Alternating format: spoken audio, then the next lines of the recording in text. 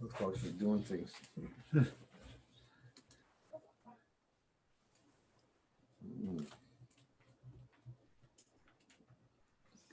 I'm still getting to learn the technology as well. Oops. Oh, well, you're talking to the wrong person here. I don't understand any of it. No, he does not. I'm just waiting for the satellites to fall down.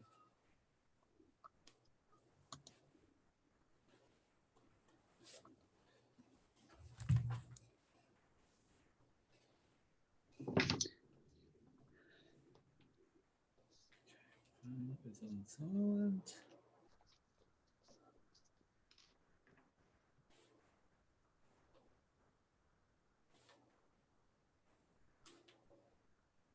What time is it there where you guys are? Just on 9 for us. In the morning? Yeah. Oh, yeah. Okay. Yeah. Okay. I'm just waiting for Facebook to. I always seem to have a problem with Facebook. Not a problem. Well, yes, a problem, but it just takes a while. That sounds about right. We're so used to things going wrong. We just think it might happen. It may not. So. I know. There's at least 3 or 4 times my internet is just gone when I've been in a live interview for no reason at all, other than I've been doing a live interview. So we're so used to it now that we half expect it. We had a time when virtually every time we were on the air, we got pulled off, didn't we? Yeah, that was fun in the early days. Well, I think it's a badge of honor, really, isn't it? Well, yes, but I can tell you quite a few people didn't think that when they were talking to us at the time. They didn't see it quite the same way.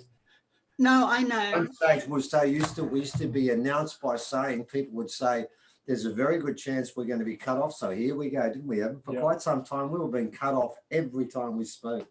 We do a round table and they go, and introducing Steven&EvanStrong, gone. It's just like, oh, come on, be a little less subtle, guys. I know, it's so obvious, isn't it? Oh, gotcha. Okay, so we are live, and I would like to welcome everyone to the Cosmic Ascension Waves of Light with myself, Soma ARah, and guests. Please like, share, and subscribe to my YouTube channel, Carol Noonan.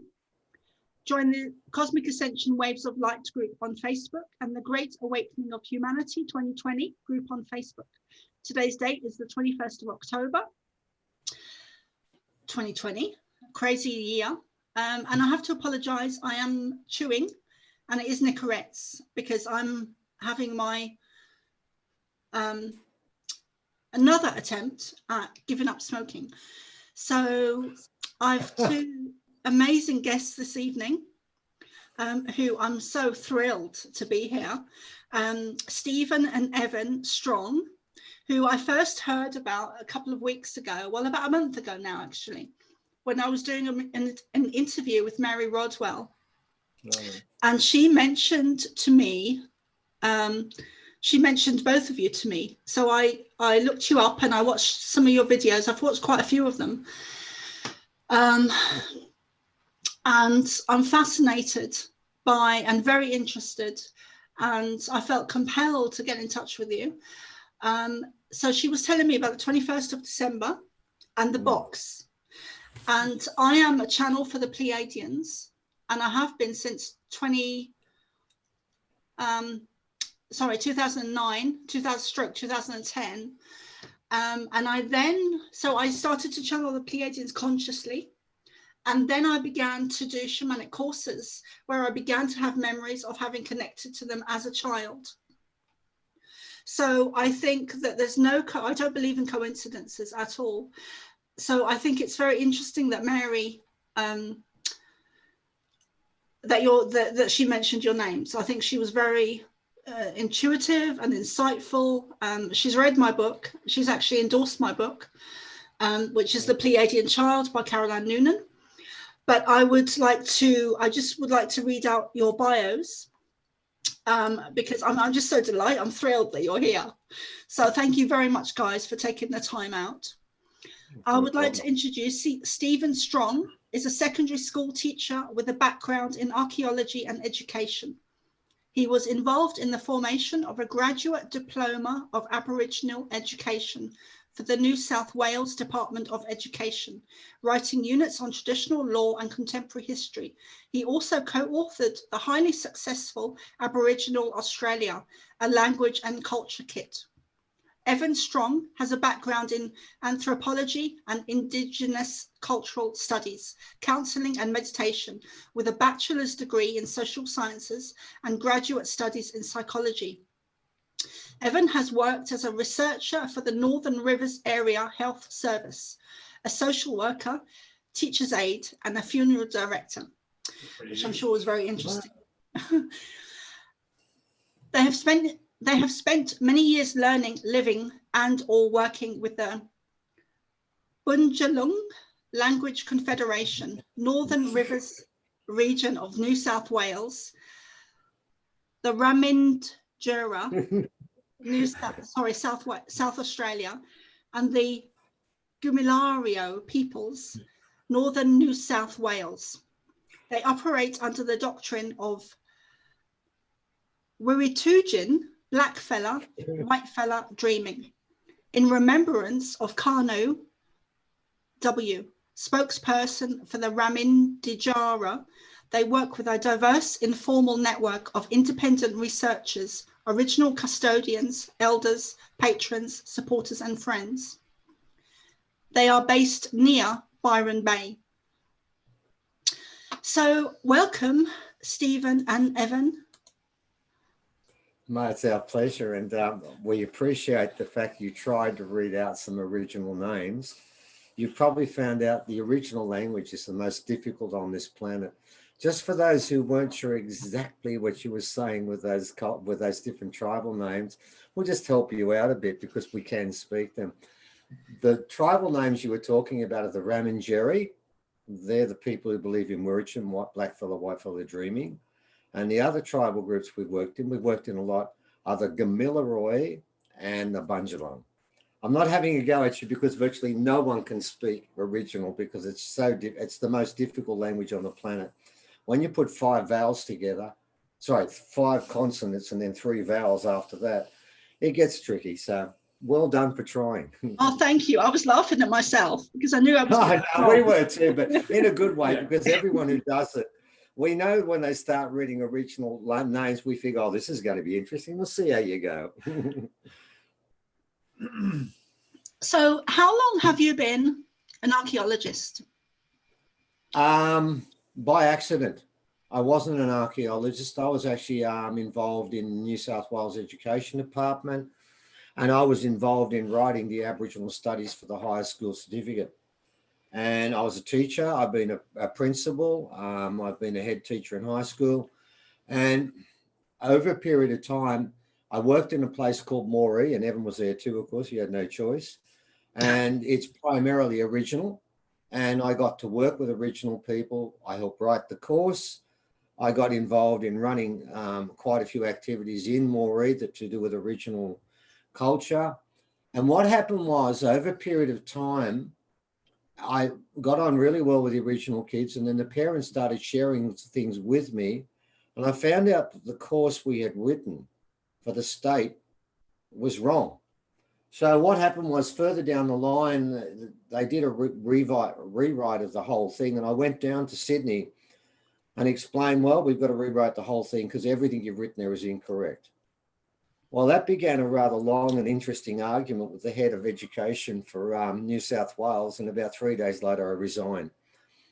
So out of that, I started looking around. So we've become archaeologists. I mean, I did a couple of years of, when I left there, I did a couple of years at one stage of archaeology at University of New England, and had an argument with them over a site which was Egyptian. And they asked me to rewrite it, and they'd pass anything I wrote, and I told them to stick their course, and I'm not going to do it anymore. Well done. I've been to university. I learned how to become an archaeologist when I stopped teaching the first time. And then I went back and taught again. And when I stopped that time, I thought, then, okay, they've given us a lot of information. Let's go out and find it. And we spent the last 10 years on country all over Australia, more places I can remember. fallen down cliffs, cut ourselves to pieces more time to remember. But in the long run, we've seen everything virtually. And we found out that not only Australia's history is utterly incorrect, but the global history is equally wrong. So well, Stephen, I wanted to ask you a question before you really go into that, because I wanted to ask you, do you believe the Aborigines are the first people in Australia? I believe they're the first people in the world. I believe, in fact, there's genetic evidence coming out. And in fact, in a couple of days in our conference, we're probably going to devote 30 minutes to genetic studies that prove the original people are unique. Now, one of the things that we're told is we all come from Africans. Now, you may not know this, but the genetic markers in Australian people are the most different to Africans. In fact, there was a study done quite recently studying Y chromosomes, which is what men carry. And what they found is they broke up into, I think, around about 25 different groups, of which 3 were African. So that was Klyazov and Rahansky. Yeah. Yeah. Yeah, and they found, and they were very clear about it. They said, look, we've done the studies, and we found that everyone comes from a group, and they put a circle there. And further off, we had African on one side, we had European there, we had Asian there, and then a circle, which is the beginning of all. Well, there's only 4 races on the planet. And they nominated 3, but they weren't going to put down original because they didn't know what to put there. So they put it as mystery. Our blood grouping is the most different to Africans. Original people have the highest Denisovan content in the world. We have Neanderthal in us. We have another mystery gene that no one can identify. I don't know if you know this, but African people do not have Neanderthal in them. They do not have Denisovan in them, and they don't have the mystery gene. They just have African. So how is it we can be the same as Africans if they have virtually none of our genetic makeup? But we're told that 50,000 years ago, Africans came to Australia, and that was it. No one came in or out until maybe a couple of Dutch went past, a couple of French, and then the English came and stole the place. So yes, they always do. As the English, oh, don't worry, all the colonial countries do. Let's not just give the English a tick for that. They all did. Although I got to give the English credit when it comes to leaving a country in disarray with the doctrine of divide and conquer. They are the best. Wherever they go, they leave the place in chaos. And of course, the original people have been fighting each other ever since they left. So yes, they're good at that. But we'll go into a lot more detail about that. But I can assure you, whether you look at blood grouping, which we have, or mitochondrial DNA, or Y chromosomes, there is no link up. I can tell you in Australia, we were told the Africans, when I was a kid, got here 20,000 years ago. Then it went to 40. Then it went to 50. Then it went to 60. Then it went to 65. And now it's gone to 120. Now, that's in the time I've been here. So how can I believe a theory if the mathematics has increased 6-fold over 50 years? Mind you, the 120 is the bottom of Australia. So that's the very bottom of Australia in Victoria. From the top, yeah, it would take a certain amount of time to get to you've got to add 20 more to that, because they said when they got to the top, it took them 20,000 years to get to Victoria, which is in the bottom. So that means they got here 150,000 years ago. Now, there's no theory in the world of Africans leaving Africa 150,000 years ago. The theory is they left 75,000 years ago. Well, I'm sorry if they did. It was full up here already. There was no room for them, because we've now got some archaeology coming out by who was called the grandfather of Australian archaeology, Jim Bowler, who actually fought vigorously against any date over 60,000 years. And when he first got a date of 90,000 years, 3 years ago, he said, I want more. And he got 120. He said, all right, I give up. He basically said, I give up fighting. It's wrong. The whole of what we know about when original people came here is incorrect. Now, if we go back to 120, 150,000 years, and we know the Africans didn't lead Africa at that stage, well, where did they come from? And because we have Denisovan. Now, remember, Denisovan is a group of hominids that were found in Asia and all the way through Europe. And they were never supposed to be in Australia. So why is it that my Denisovan DNA is 4.7%. I'm the third highest in the world. And I'm original. But the point was, original people, we're supposed to have come from Africa, parked in Australia. No one came until Cook. But hang on. I've got 4.7% Denisovan. The Africans have got none. So the Denisovans were with us. Now, whether we went to see them or they saw us, one of those two is right. Now, if that's right, how can you then say that the Africans came here when I've got Denisovan in me, but I've got no African? So we do about half an hour on that in our next presentation, because we've got Michael Tellinger, Klaus Duna, and Dr. Rita Louise, and also Harry's from Bondi Rescue. And some of the stuff they're going to say sounds pretty outrageous. So what we're going to do in our presentation... The truth is. Oh, absolutely. But we've got an advantage over the last 10 years. We've got so much science, the best science in this country, that contradicts all these rules. The government knows it. The government have written to me often, haven't they, Evan? They don't like it. Oh, no, they actually have written to me often, but the writing has always got two things in it. 3 years jail, $250,000 or $750,000 fine. Well, I think the last one we got was just before Christmas. It was all of it. It was a nice Christmas card from the government. They threatened me again. And then quite recently, What I did got they say? one from the government. What did they say in the letter? Oh, the same thing each time. I've got plenty of them. In fact, we have a file of these. Our emails say the same thing. They're going to put me in jail. I have an ASIO agent. I've had him for 3 years, and I've found out from someone who spoke to me directly. He said, my job is to get Steve Strong in jail and throw the key away, which means Evan would be the next after me. Now, that's been going on for a long time, simply because they know we keep getting evidence that's not channeled, and we've taken them to the top machines and the top laboratories in this country, and the readouts have actually scared them so much that we got a letter from the government at the start of this year where they said we got an official warning.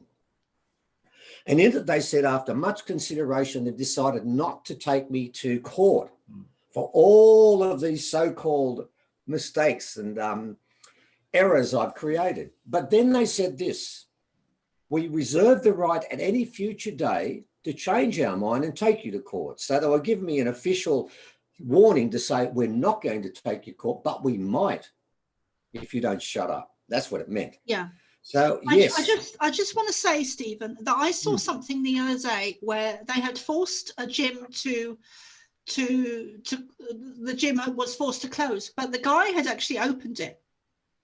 And then he was fined £10,000. And someone, either he or someone on his behalf, had created a FundMe or a GoFund page where people could donate money towards his fine. So you may want to consider that. Oh, no, I'm okay now. They will not take me to court.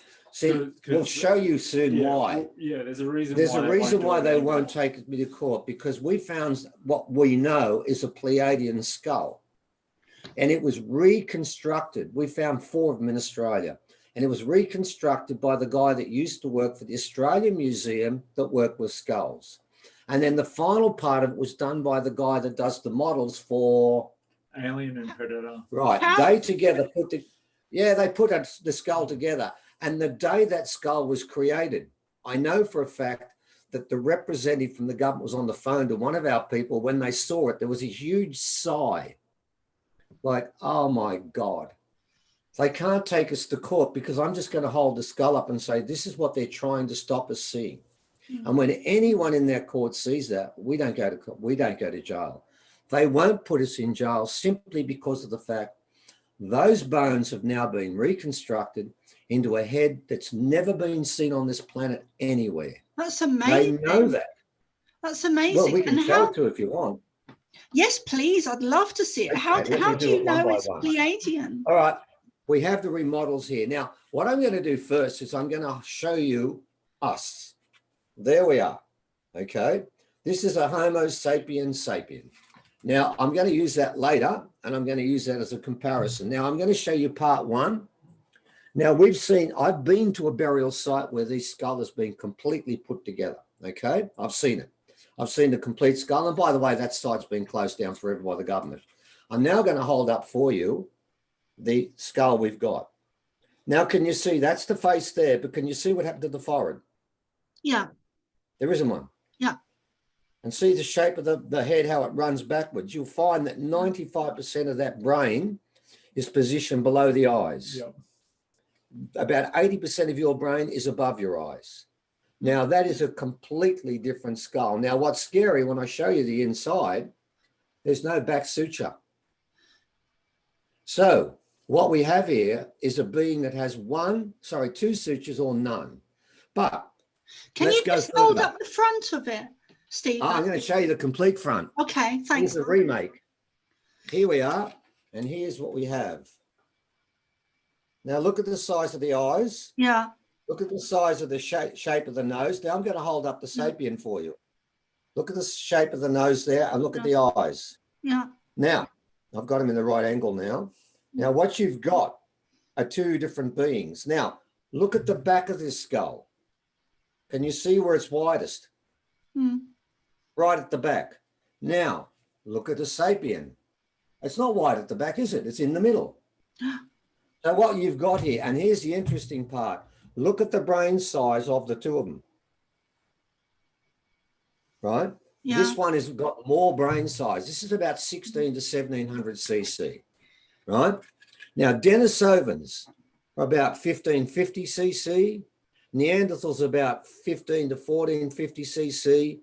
And then you come down to Homo sapiens sapiens, which is Homo wise twice. Well, I've got a question for you. How can we be wise twice? If I've just shown you, I've shown you one skull that's 400 cc more, and I've told you of two others that have larger brains than us. So why do we think that we're the smartest hominid on the planet? Because we aren't. This is. Yeah. Now, this is not a hominid. Definitely not. I mean, look at the state of us. Well, the problem is it can't be a hominid. And I'll tell you why. Because when they were working on this, they've got a mark here. If you can see it, they've got a mark at the back. That was put in there because that's where the skull I can't really broke. see that.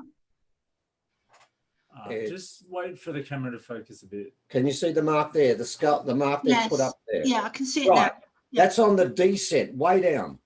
Now I'm going to show you where this one, here is the, I've got to get that right.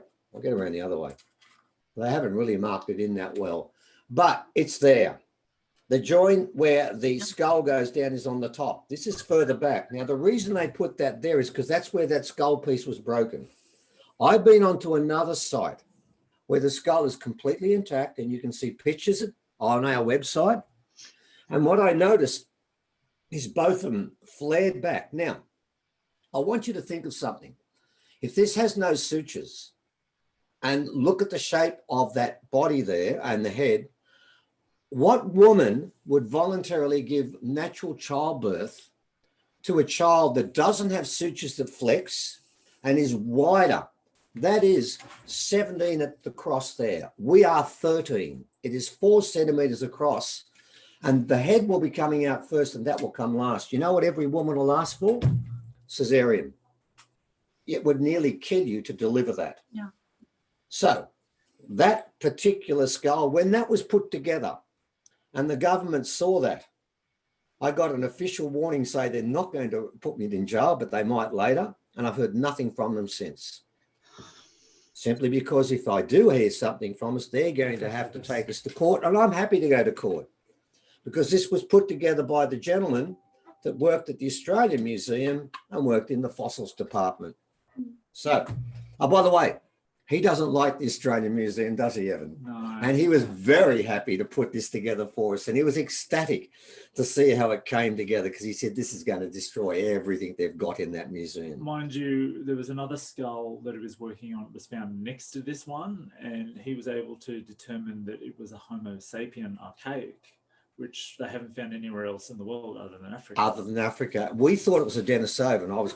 I was convinced it was, me being part Denisovan. And he said, I've got some bad news for you. And they both looked at it and said, it's not. It's an archaic Homo sapien. Now, archaic Homo sapiens are only found in Africa. But we've got one now, found in Australia. And I'm going to tell you something else. On another site we went to, the site that I did the burial where it was buried, we saw there on the back a 1.5 inch by 1.5 centimeter by 1.5 centimeter square knob on the back of the skull.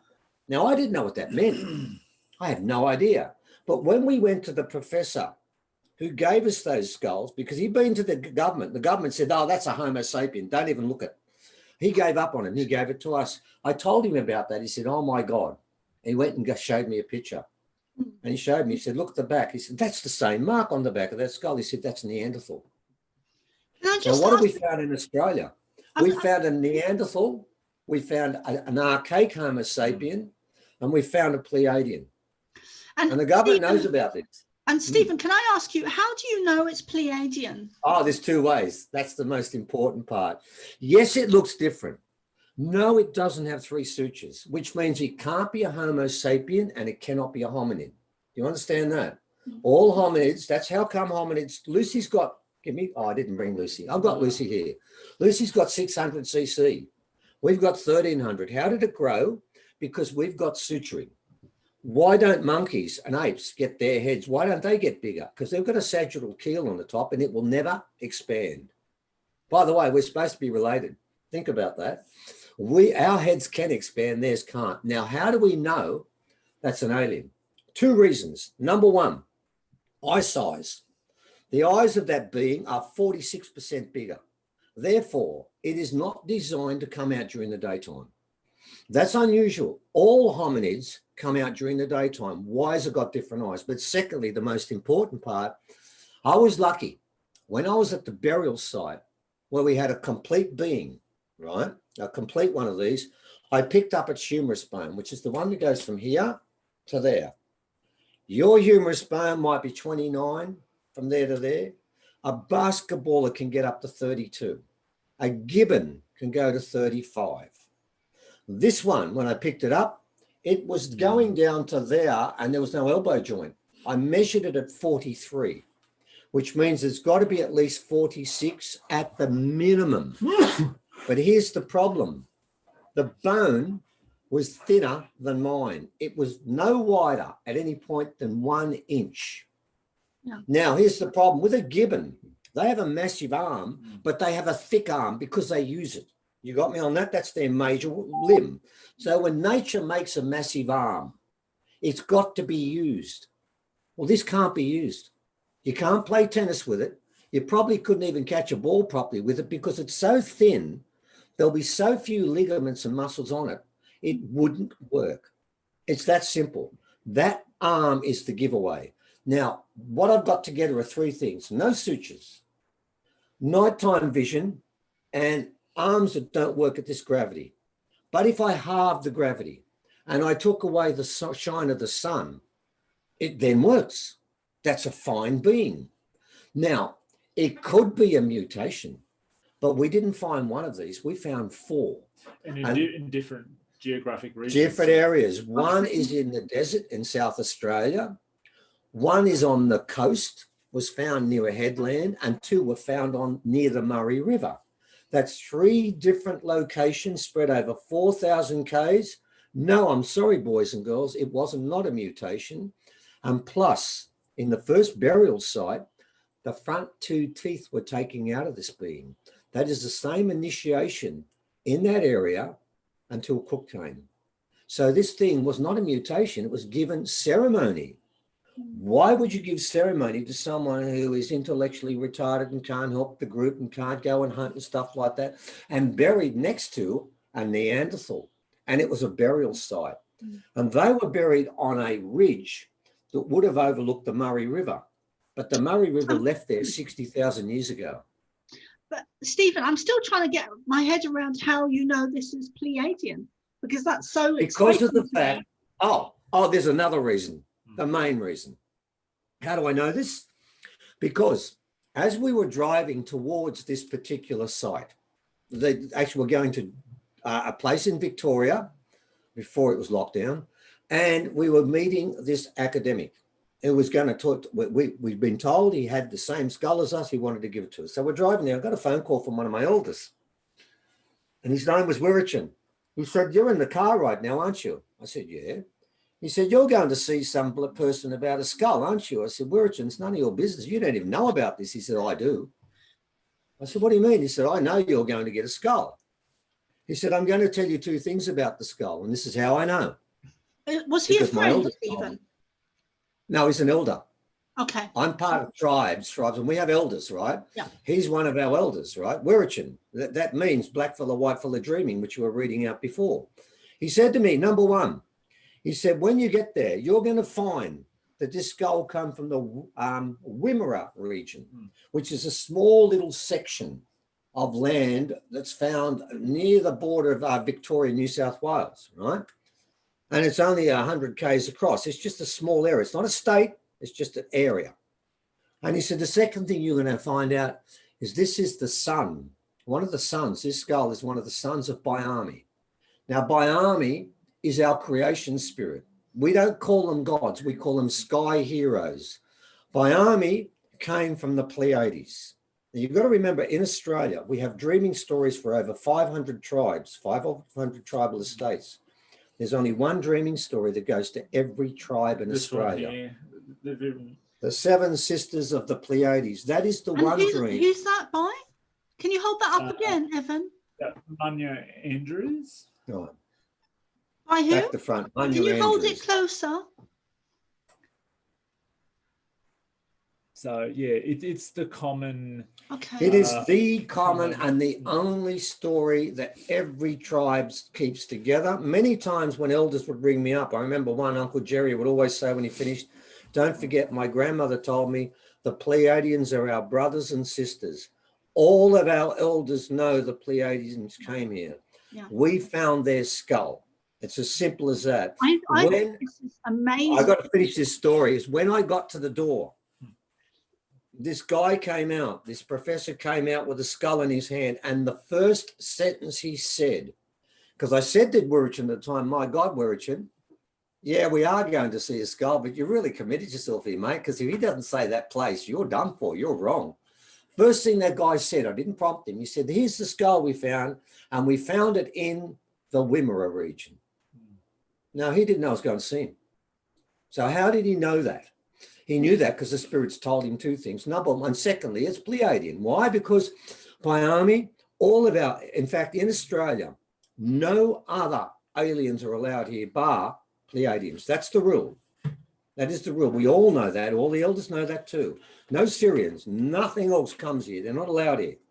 So how do we know it is? Because number one, it doesn't come from here. It's smarter. Its skull is different. Its head is different. Its eyes are different. Have you got a depression between? Yeah, I mean, it's very obvious. It's different. Well, look, see that thing there? You got a depression there, haven't you? Even that. Look at that one. It's not a depression. That's the highest point. Nothing in this skull is the same as us. Nothing in the arms is the same as us. This doesn't have sutures. The eyes are wrong. The jaw is different. Everything about this is different. Now, I want you to think of something. If we are, as the scientists say, and here's the big flaw in this, if we come from the same mother and father as the apes, right? Let's look at the chimps. They've all got the same coloured hair. Their face looks the same. They've got the same coloured eyes. In fact, if you look at zebras, they all look the same. In fact, if you look at any animal on this planet, you could do a picture of one of them and say, that's what it is. When you do humans, there are 7 billion of us and no two look the same. But we're told we belong to the same genetic lineage as gorillas, orangutans, and chimps. And when I say those words, you've got a vision straight away of exactly what they look like, haven't you? But if I said humans, what is a typical human look like? Anything. Why? Because if you look at this, every feature is different to us.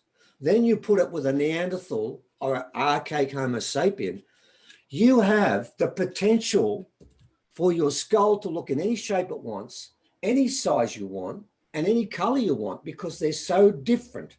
But if you put together a monkey father and a monkey mother, you are going to get monkeys. And I'm sorry, we're different. How come all our eyes are different? How come all our fingerprints are different? Because we have genes that are not just from here. And what we found is part of that story. I know we have Syrian genes in there. I know that Andromedans have been here. They've all been here. Now, why they come here is because Homo sapiens, particular, seem to be the easiest to breed with. Not the Denisovans, not the Neanderthals. We were the ones where that we could accept their genes and make something new. And that's why they came here. We have a dreaming story about the Pleiadians coming here, and I do have the rock there to it. And that's a story about the Pleiadians coming the very first time. So having all that background information, if I find something that's not a Homo sapien or a hominid in Australia, it can be Pleiadian or it can be Pleiadian. There is no other choice.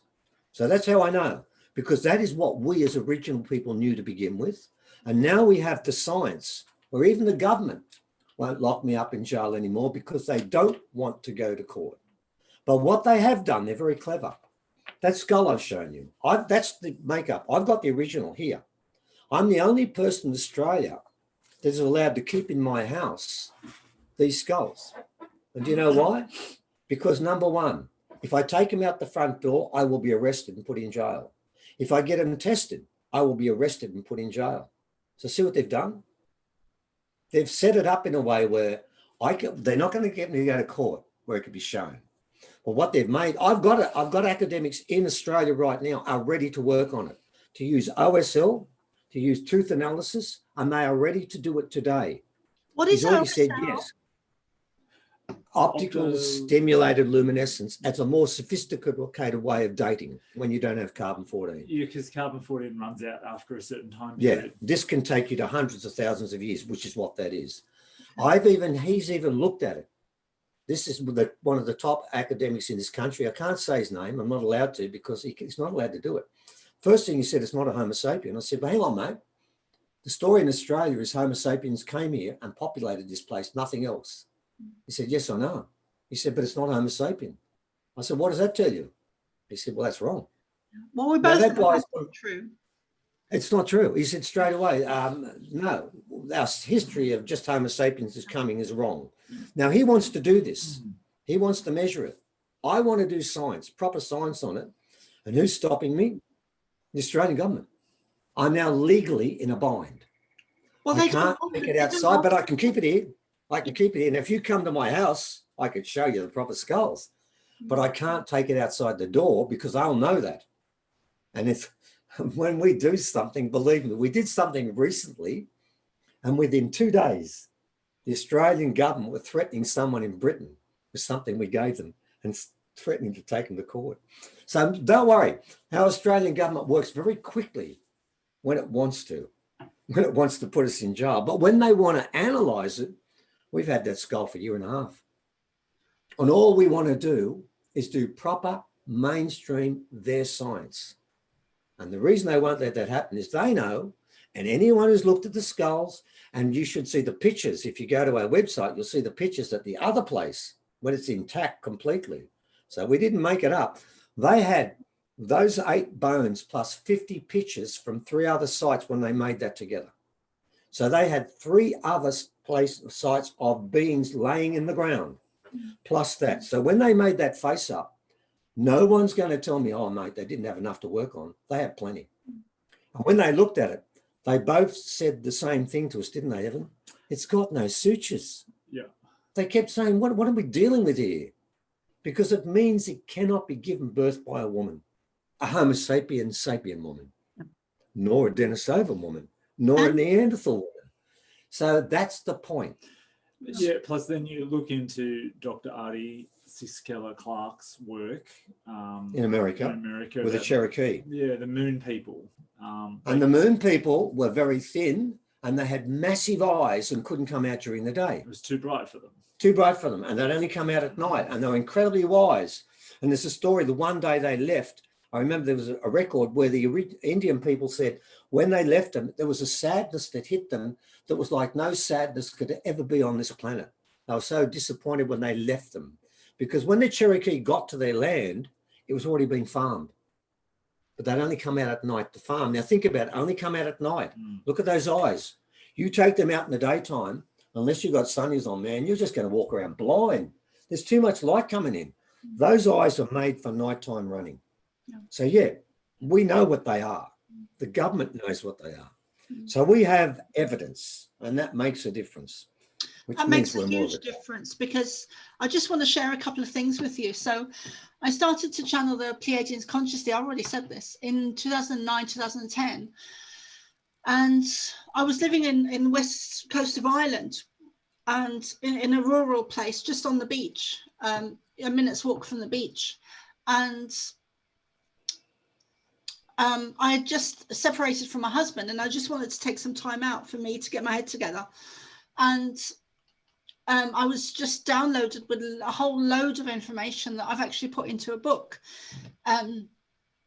Let me just show you the book. So it's I've already shown you this, but I'm going to show you again. So it's The Pleiadian Child by Carol Noonan.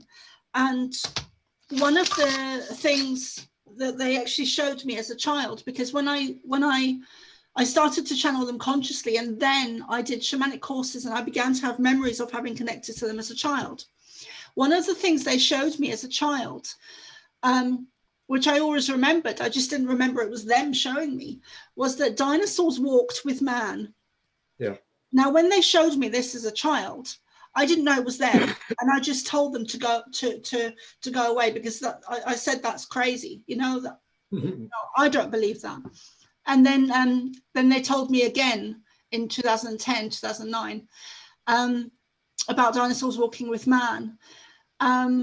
They also said like a whole load of things. I mean, it's all, it's volumes. They created us in their likeness. They created the Egypt, the pyramids, the Sphinx. There was electricity in Egypt. There were giants.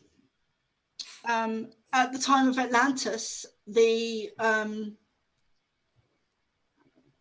negative ET energy came in, and a large meteor, around the same time, a large meteor hit the Earth and knocked the Earth off its axis, causing the everything to shift. And our DNA was dumbed down, was changed, was manipulated by negative ET energy. What I've recently been told since COVID kicked off in February is that we are going into a time, and possibly in the past, but we're definitely in the future, we are going into a time where we have 13 strands of DNA, not 12. And what they told me years ago is that there was originally 13 tribes that separated and went into different areas. So let me see, was there anything else I wanted to share with you? So what do you make of that, Stephen? The Pleiadians, I agree with that, everything you've said, but I'm going to put one equivocation on the part about them making us and their image. That's partially correct. Where's the rock? Oh, you can't touch it anyway. No, I can't. The rocks I have, no one in Australia is allowed to touch but me, and if they do, they die. And I say that because that's happened. I'm going to hold up a rock now. This is Roz's rock one. I'll hold up one side of it to you now. And then I'm going to turn the back there again. Okay. Now, this rock is famous. The Smithsonian know about this rock, and they've asked if I could give it to them. They said it's the only rock like this in the world. Of course, if I gave that to the Smithsonian, it'd go to level 4 in a box and you'd never see it again. So that was never going to happen anyway. I've had this rock for quite some time. It was found 1.5 meters beneath the surface of Gosford, and it was dug out. It's at least 10,000 years old. Now, we had the rock for quite some time. And then Kano, who was an old way elder, and I mean old way insofar as he can disappear in front of people and done it many times. He can talk to animals and get information about what people are doing 3,000 k's away.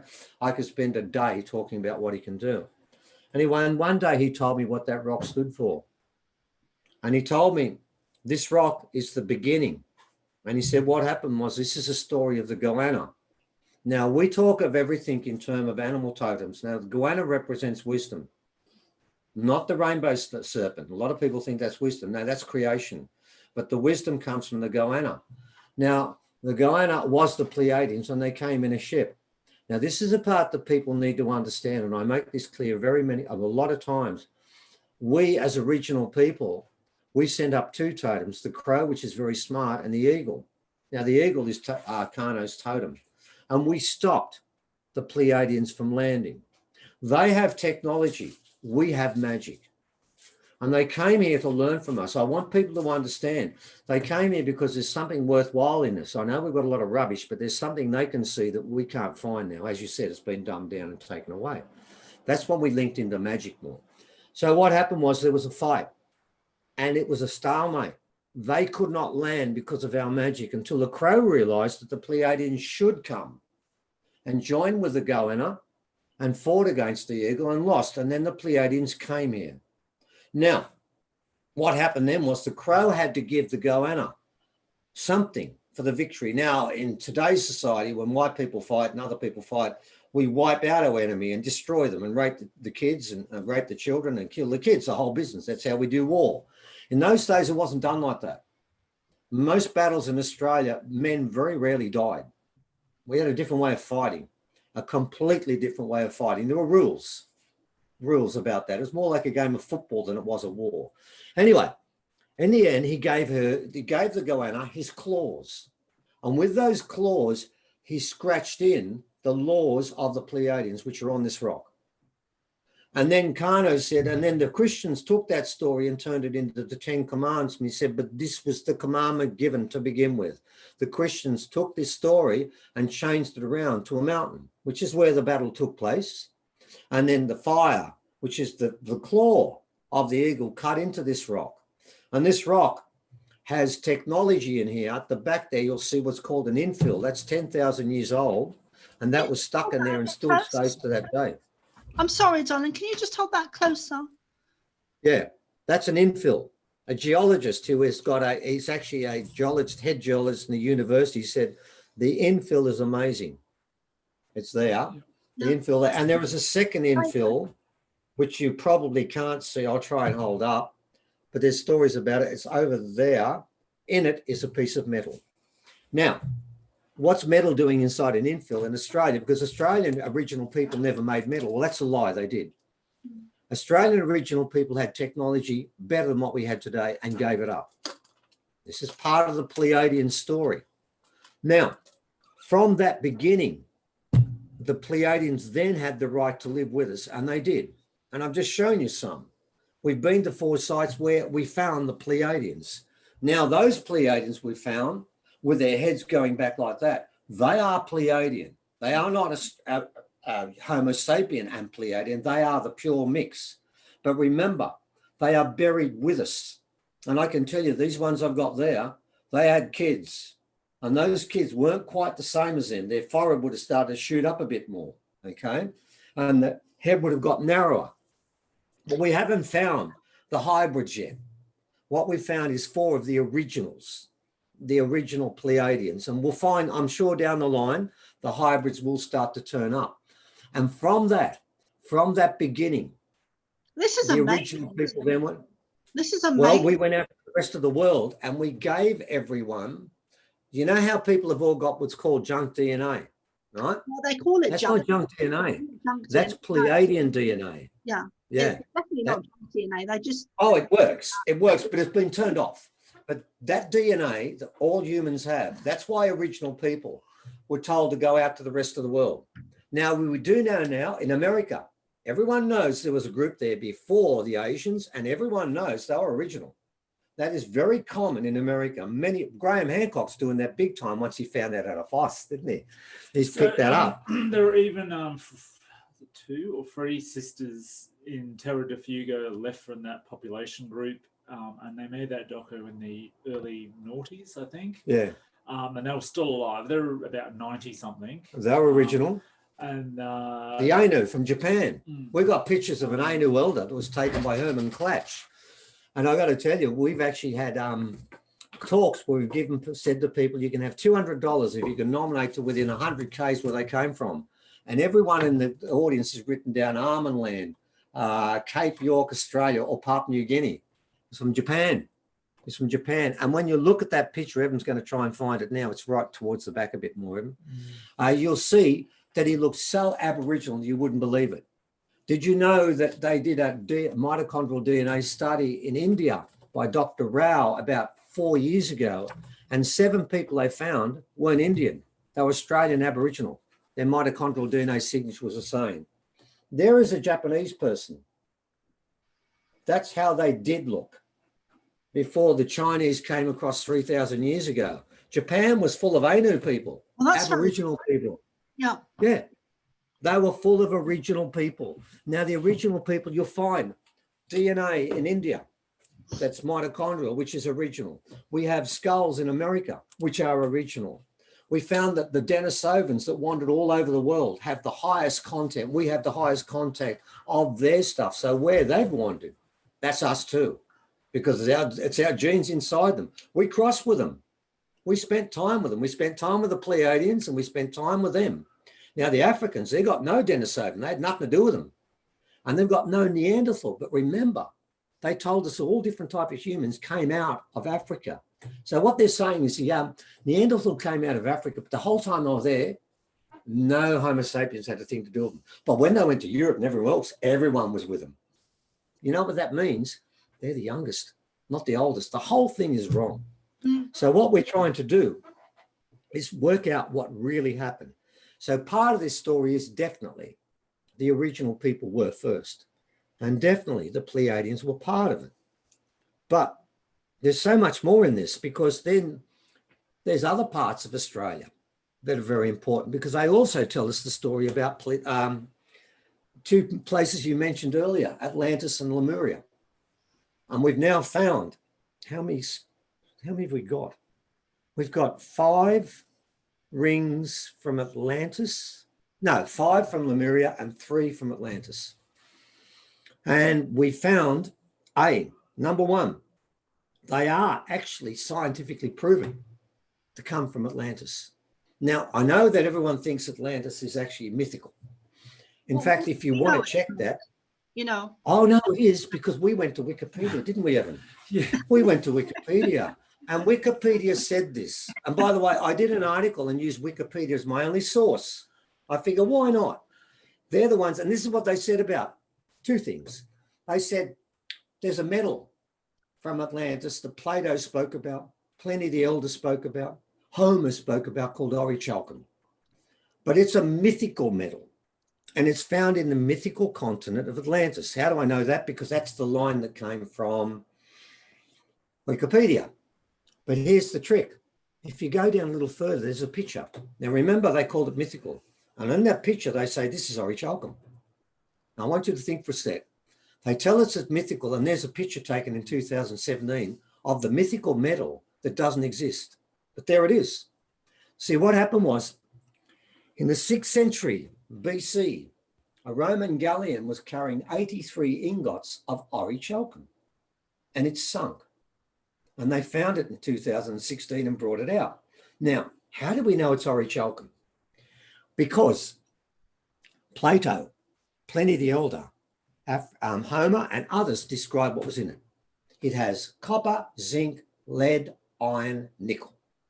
Now, if you put those 5 things up, which I did once when I went to the computer, the only time in my life, you will not find one paper on it, because it's supposed to be an ore that found in a mine that doesn't exist. Well, they got that right. There is no ore called orichalcum, because we've now got 7 rings with orichalcum. We've worked it out. It's not an ore. It's a chemist that creates orichalcum. And this is what we found out. The orichalcum that's an ingot, 75% copper or greater, less than 20% zinc, and 5 to 10% trace elements of lead, iron, and nickel. Okay, so there's your base. If you don't have those 5 elements, you don't have orichalcum. So, first one we got was Atlantis ring number 1. It was found at Hill End. Now, Hill End is in New South Wales. What's an Atlantean ring doing there? And it was found 1.5 meters beneath the surface by a gold miner with a metal detector. 1.5 meters beneath the surface means it's at least 15 to 20,000 years old to get there. What's that ring doing there? Because in Australia, Aboriginal people don't have metal, do they? That's right. So why is a ring in Australia? So that was a point. But it looked like gold. So we took it and got it analysed. And guess what was there? those 5 elements, but nobody knew what it meant. And he figured, it's not gold. I'm a gold miner. So he sold it. And this lady, Roz, who buys all this stuff, bought it and gave it to us. So we got it analysed and we found, number 1, it is 99.56% zinc and copper. And the rest, 0.5%, are the 3 trace elements. Now, with the ingots, it was 5 to 10%. And the other part was the copper was 73.96%. All ingots in Roman ones were 75% or above.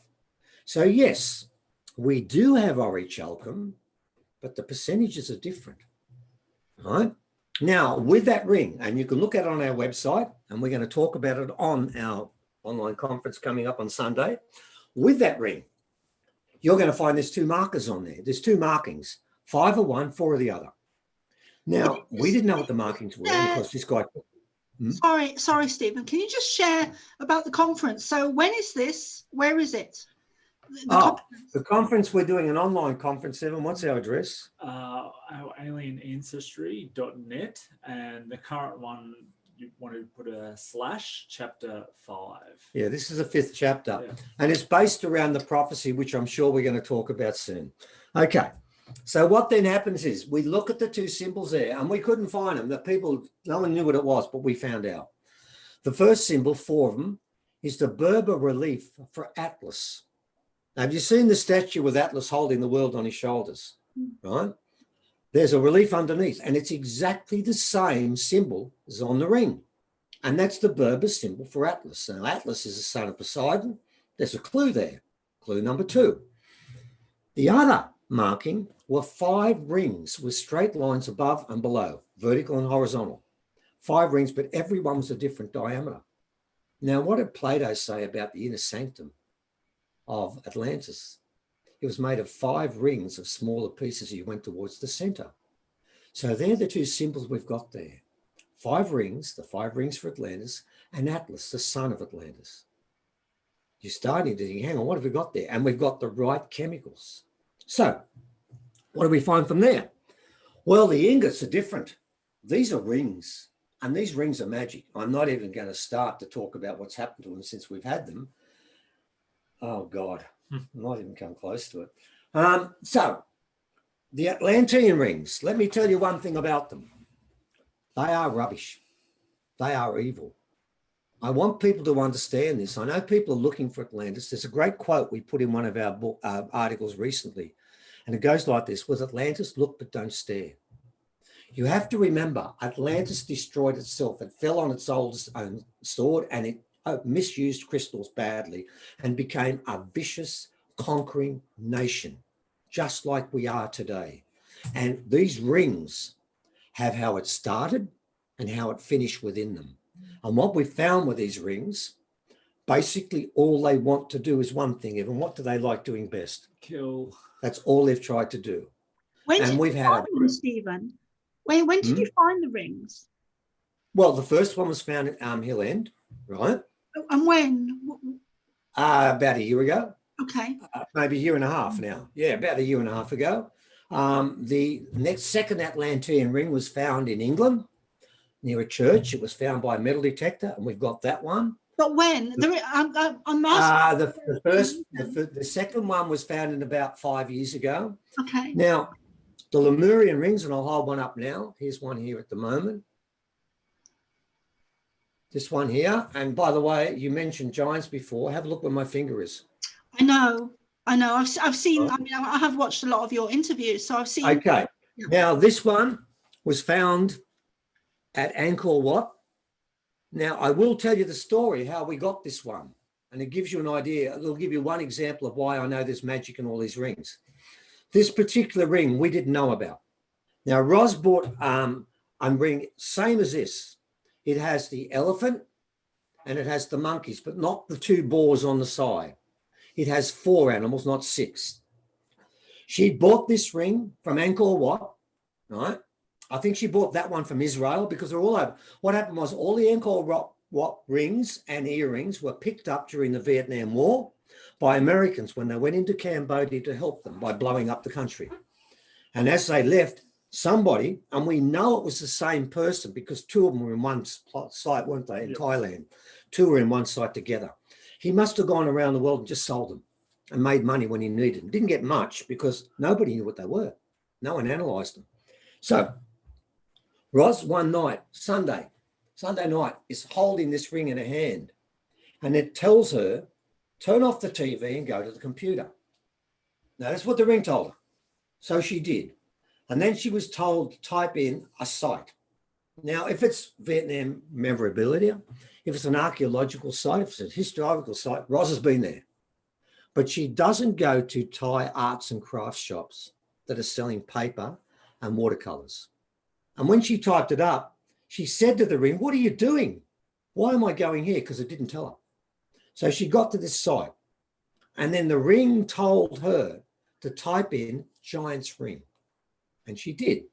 And when she did, that's what she saw. So she bought it. It's its cousin. Roz is the lady who works with us and buys stuff. She's working with us for a long, long time. This rock here, she was the one who found it about 10 years ago and worked with us ever since. And she wasted all of her superannuation to buy things. And then she sends them to us. She was told not to look at this ring or touch it, but send it directly to us. Now, here's the trick. How does a ring talk to a human? Number one, science will do it didn't happen, but it did. Number two, how does a ring know the website address?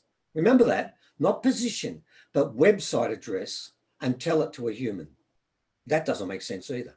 Then thirdly, how did he know that there'd be a giant's ring there? Or she, it was a she, because they were talking to each other. Now, how do you find that in a textbook? But here's the point. Let's talk about these Lemurian rings for a second. And you're going to find there's something amazing in them. This one here, the one I'm holding up, this is what's in it. Copper and zinc, 95%. Then it's got lead, nickel, and iron. Do you see a similarity there? But then, because it's from Lemuria, it must have the signature. All Lemurian rings have tin. This has got 1.12% tin. Right? Lemuria ring number 3 has tin. And guess what tin's in that one? 1.12%. Coincidence, of course, it is. Oh, here's another coincidence. This ring here, the copper and zinc content is 95.26%. Number 3, the copper and zinc content is 95.25%. These are just coincidences, aren't they? But in number one's different.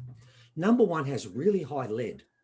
Like, I think it's 8.8% lead. The rest are 2 and 1 and something lower. Now, lead will weaken the structure. So what did they put in there? Titanium. Do you know when titanium was discovered? 1932.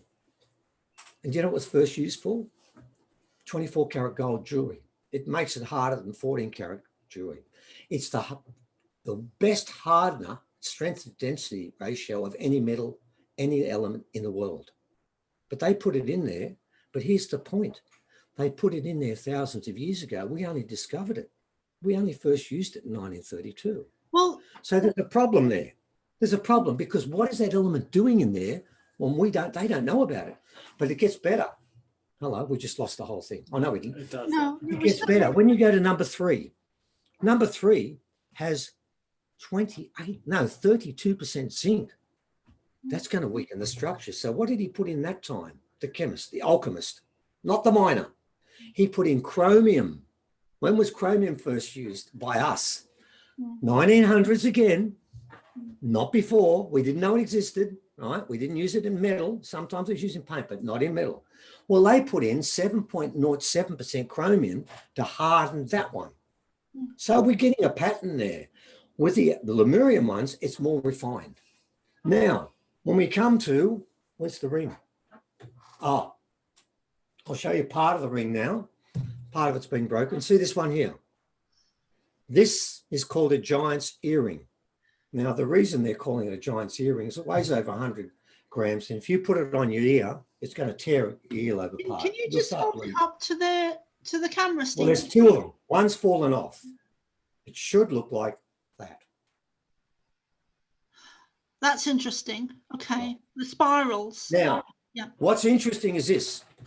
We've had 7 metals, 7 of these things analysed by the top machine in Australia. Readouts always come out of 100%. This one came out at 58.1%. There is 58.2%. There's 41.8% of this that's not identified. It's not on the periodic table. Now, I can tell you the analysis of this one, it has stuff in here like rothium, rhodium, palladium, cadmium, gallium.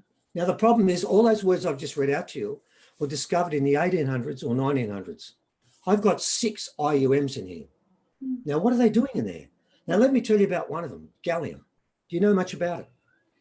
No. At 30 degrees, it's a metal. It's actually a liquid. It's a really strange metal. It was discovered in 1875, but here's the weird part. You can't find it. It doesn't exist on its own. It only exists in combination with something else, and it has to be smelted to be extracted. It is a byproduct, and that is according to Wikipedia. We can't argue with that. They said it is exclusively a byproduct. Now, it's used in the most sophisticated types of applications today, but nobody found it until they smelted something at 4,000 degrees Celsius and it came out as a trace element of 0.01%. The gallium in this ring is 6.89%. It's the 3rd biggest thing in there. Why? It doesn't make sense. Why would jewelry like that have gallium and rothium and palladium? Now, here's what's really interesting. It's got palladium and platinum in there, right? And then it's got rhodium and ruthenium. And do you know what rhodium and ruthenium do? They're hardeners, and they only harden 2 metals, palladium and platinum. Think about that. They knew that those 2, and by the way, those 2 elements I just gave you are called ultra rare and very rare. So the machine could find the rarest of elements, but couldn't find 41.8% of what's in there. We have another such piece of jewelry we found at Carillon that was analysed by a university with 38 scientists working there, and they cut into it. Different analysis, that was electronic. And there we had 24% metal that wasn't detected, that's not on the periodic table. So what we're finding is this.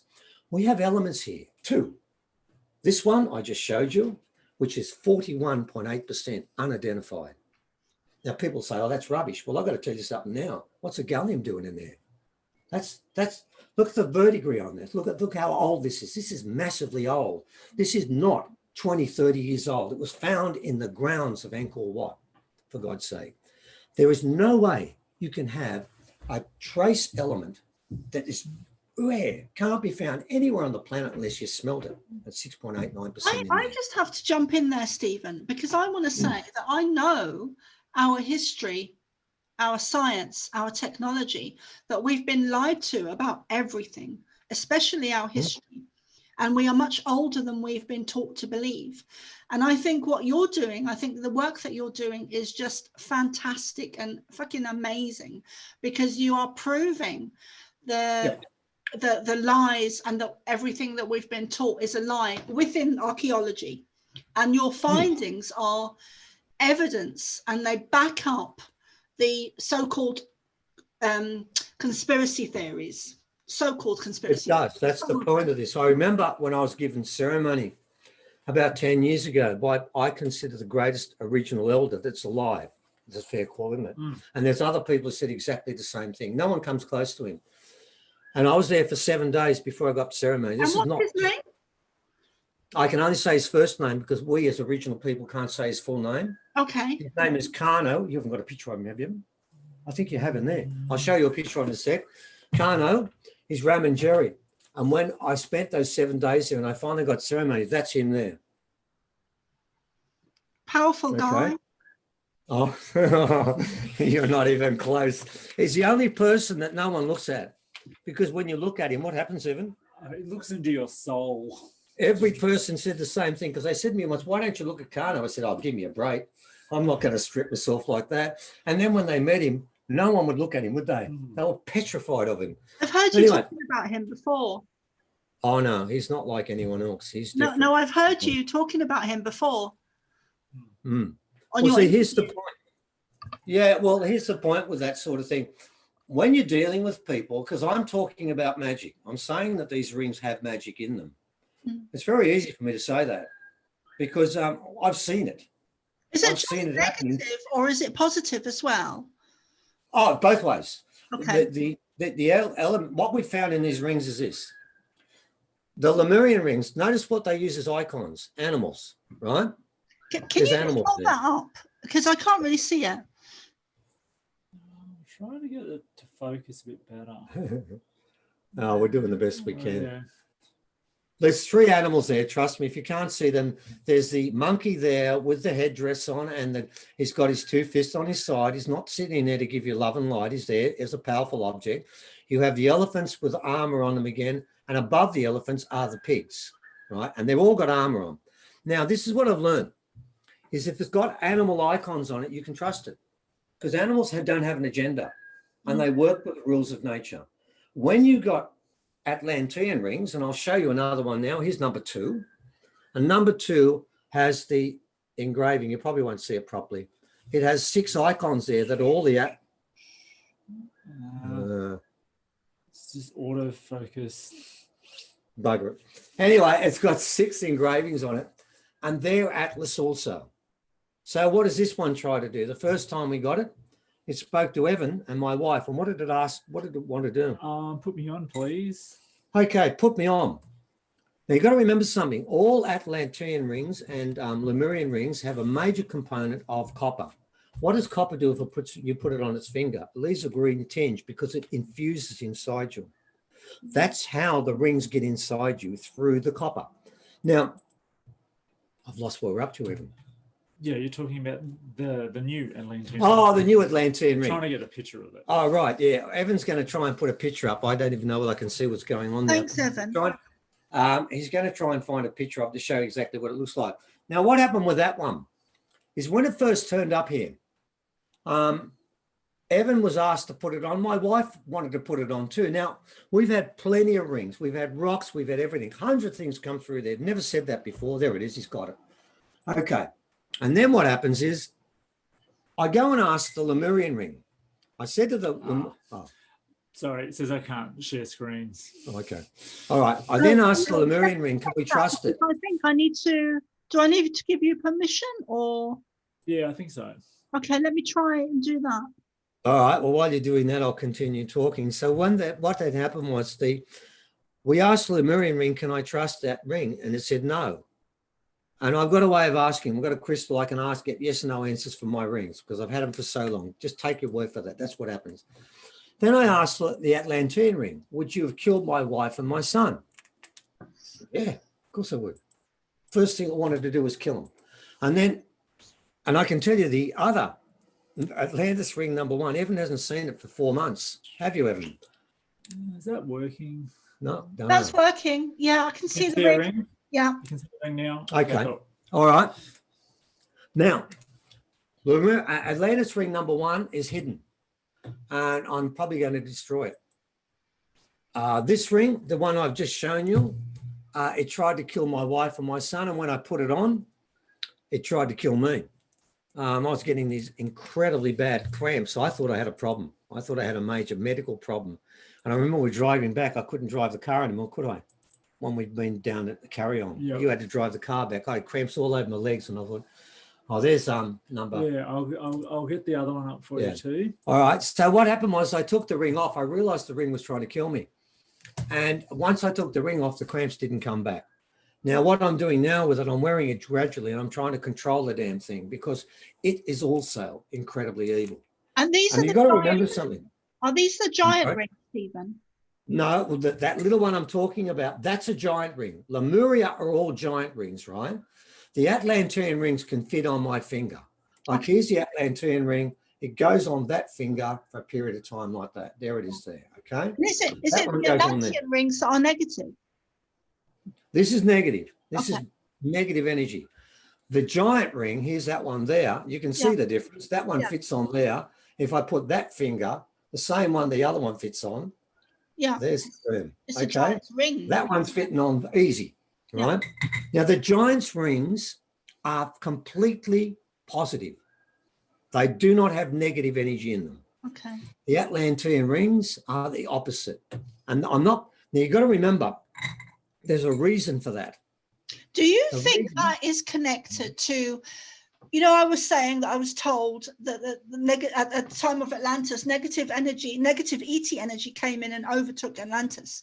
Do you think that's connected to somehow the energy? Do you think the energy is connected to the rings? That energy? Yeah, to an extent it is. Yeah, you're right about that. Yeah. But what happened was negative energy can only get into something once you knock the door down. You can't, to begin with, Atlantis was made with the same precepts as Lemuria. They didn't start off this way. And what happened was, you've got to remember, when you see that picture of Atlas holding the world on his shoulders, you've got to remember that was punishment, not a sign of strength, but weakness. And people have never worked that out. Do you know what the real story is? He led an insurrection in the temple of Cleito and Poseidon as the sun. And they punished him because of what he did. And the reason he's doing that is because he carries the weight on his shoulders because of what he did to the earth. And what he did was he cut the rings. We have ring number 1. I don't know if Evan can find it. Yeah, I'm doing that now. Okay. I'm already one step ahead of you. Okay, well, when he gets that up, you're going to see it's got the nice cuts. And then inside one, you've got the symbol for Berber. Then you've got the symbol for the ring. And then there's a cut that goes through in the middle of it all and cuts one of them in half. There it is, up the middle there. You'll see one circle with a line, and then you'll see a circle, but it doesn't complete. There's a cut that's gone through. That cut is in the wrong spot, and it was done later. Atlas did that. And what he did was he cut that I think it was a purely good ring, and put evil inside it. To begin with, our understanding, there were 3 rings made in Atlantis. One was purely good. I know this sounds like Tolkien, but there's a reason for that. Tolkien was a Scandinavian linguist. And that story of the rings is a myth, right? One was purely evil. Tolkien wrote about that. That's the one that goes to Mordor. There were 2 other rings made. One was purely good for Atlantis. The one I just showed you had been cut. And one in the middle is the one I'm held up on my finger. That has got good and bad in it. Now, if you put that together, that's a perfect balance for what the earth should be. It should be an equal between good and evil. Because when you come here, if there's no evil, there's no point coming. Evil is what challenges your soul and makes you a better person. So we honor evil. If it's equal, it's fine. And that's how it should have been in Atlantis. Everyone got to make a choice. But then Atlas screwed up and cut that ring. And from the time he cut that ring, it meant that you now had an imbalance in Atlantis. You've got the middle ring, this one, which has got some good in it, because 3 of the totems go one way, 3 go the other way. Then you've got the other 2. Now we've now found the 3rd Atlantean ring, haven't we? Yep. It turned up 2 days ago. And my worry is, when I looked at it, we both said the same thing. What's happened to it, Evan? It's been altered as well. It's been altered again. Now, the people who've got it, already, I've got to ring them tonight because the wife, I told them, they rang me up and I told them about the ring and what it was like. The wife doesn't want that ring there. There's those symbols. There's a close-up of those symbols. There's the 2 symbols. Right. Okay, thank you. Right, and you'll see the insert. I've put a mark in where they cut it in.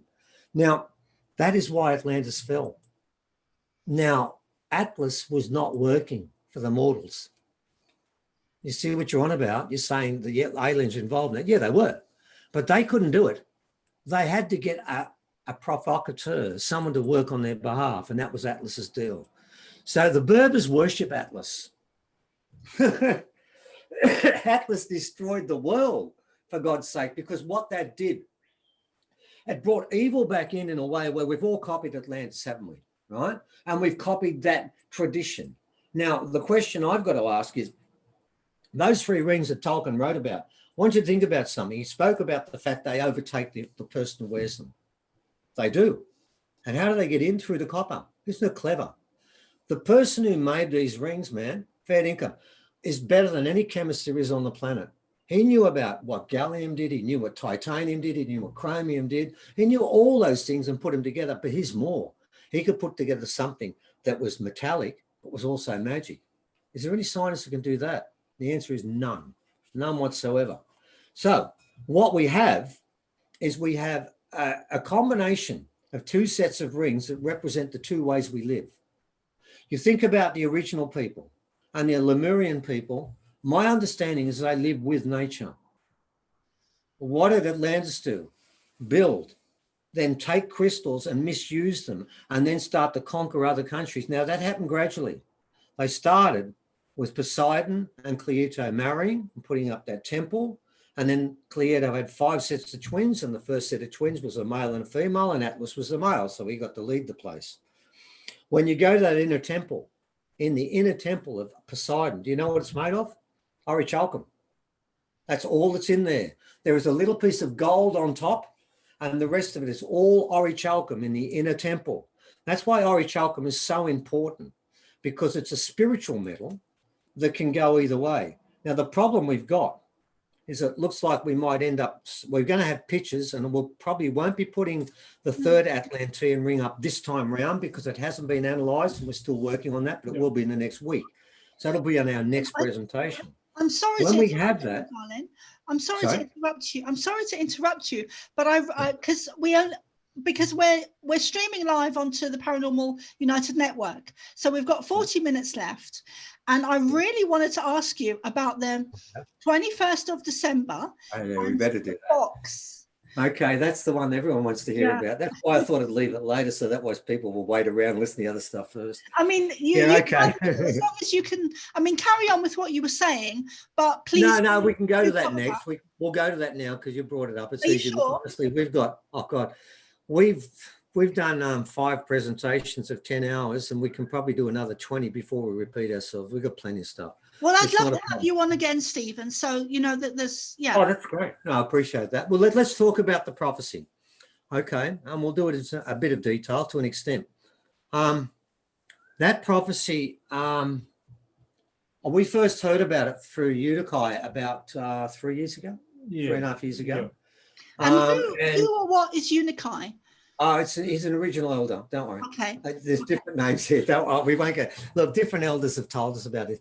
We got this story about 3 years ago, and I heard it, and I'm a scientist, and there was stuff in there that didn't make sense to me. And I took it on board. Now, I did take it on board because this guy is very well credentialed.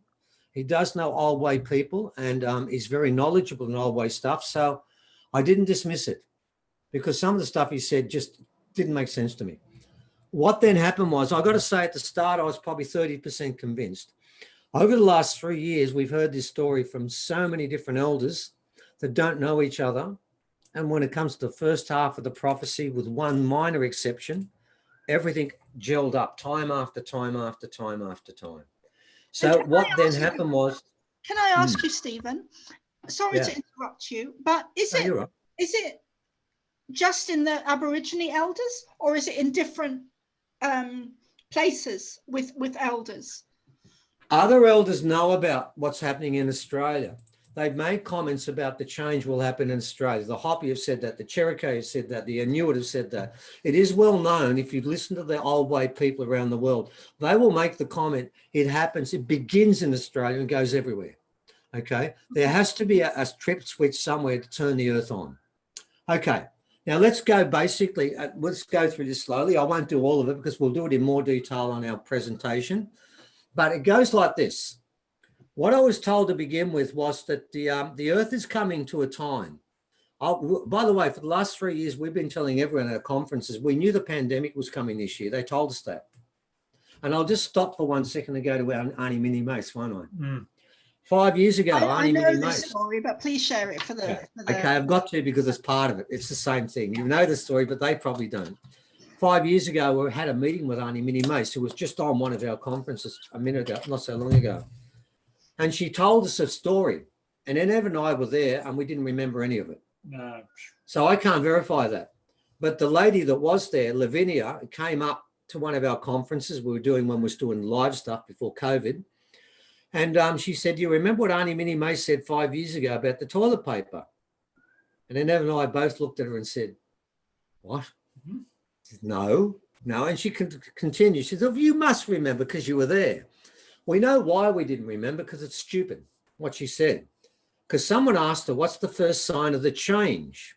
This is why I mention it, because this is all the same thing. She said, oh, that's easy.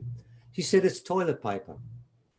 And that's probably why Evan and I didn't remember it, because it's a ridiculous comment to make 5 years to talk about toilet paper. That's the first thing people would grab if they were panicking. I think I Didn't would make have said sense the to same us. thing. Oh, mate, you wouldn't believe what happened in Australia, I'll tell you. But anyway, she said what will happen is the first thing that will happen in the supermarkets, there will be fighting. People will fight over toilet paper.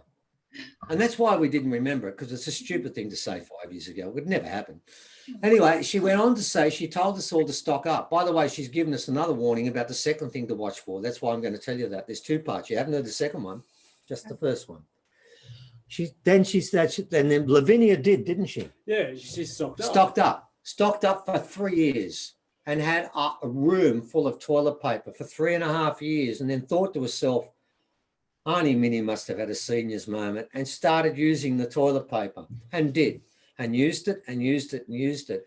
2 weeks before COVID, she finished using it. Now, she's also given another sign, the second sign for people as the change gets closer. Now, I'm going to tell you, if you go back 5 years ago and ask how many people in the world predicted the COVID run on toilet paper, the answer is one, Auntie Minnie. I remember going through a supermarket once when there was a security guard, always stands by the toilet paper, and he was sitting in a seat by the toilet paper, but there was nothing there.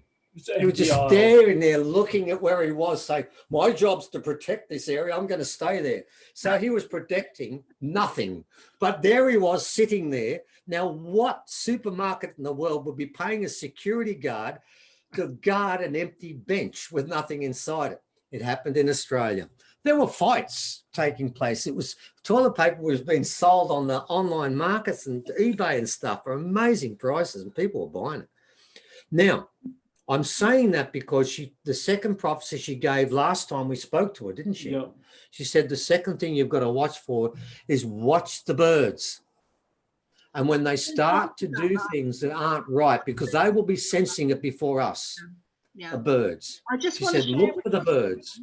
Sorry, darling. I just want to share with you that one of the things the Pleiadians told me is that since February, is that because I went into the garden, I hadn't channeled them for a while, and I went into the garden when COVID kicked off, and I said to them, you know, look, guys, what's going on? So they downloaded me a whole load of information, and one of the things was, and this is on video, this is on one of my videos, so is that the birds and the animals will, not just the birds, but also the animals, but mostly the birds around all of the earth will start to behave in a strange way. But also some of the animals there's going to be some events where some of the animals are going to actually react in fear in an aggressive way. And I feel it's actually part of Africa, because I keep seeing things like lions and zebras and what do you call them, giraffes and things like that. So I think it's Africa that I'm looking at. And just very quickly, the other thing I wanted to share with you just quickly is that they showed me that the time we're in now is very connected to Atlantis, because at the downfall of Atlantis, negative ET energy came in and overtook Atlantis. And the earth shifted, it was knocked off its axis, and our DNA was changed and dumbed down. And they also said that, and I know that you don't agree with this, but that's fine, because they also said that the Atlanteans didn't see it coming. The time we're in now is parallel to what happened at Atlantis. It's almost a reversal of what happened at Atlantis, because our DNA is raising. The earth is shifting back onto her natural axis. What they did say as well is that we do see it coming. We do see it coming. So everything is to do with Atlantis. It's a shifting back of our original blueprint, our natural blueprint, our original DNA, and the earth is shifting back onto a natural axis. No, I agree with everything you said. Atlantis was the part, this is where the whole thing fell apart, through Atlantis. So I agree with that. And we've got to primarily put that back in order. Now, what's supposed to happen? Let's get to what happens to this particular place. Now, what to begin with, we thought the Pleiadians were actually coming.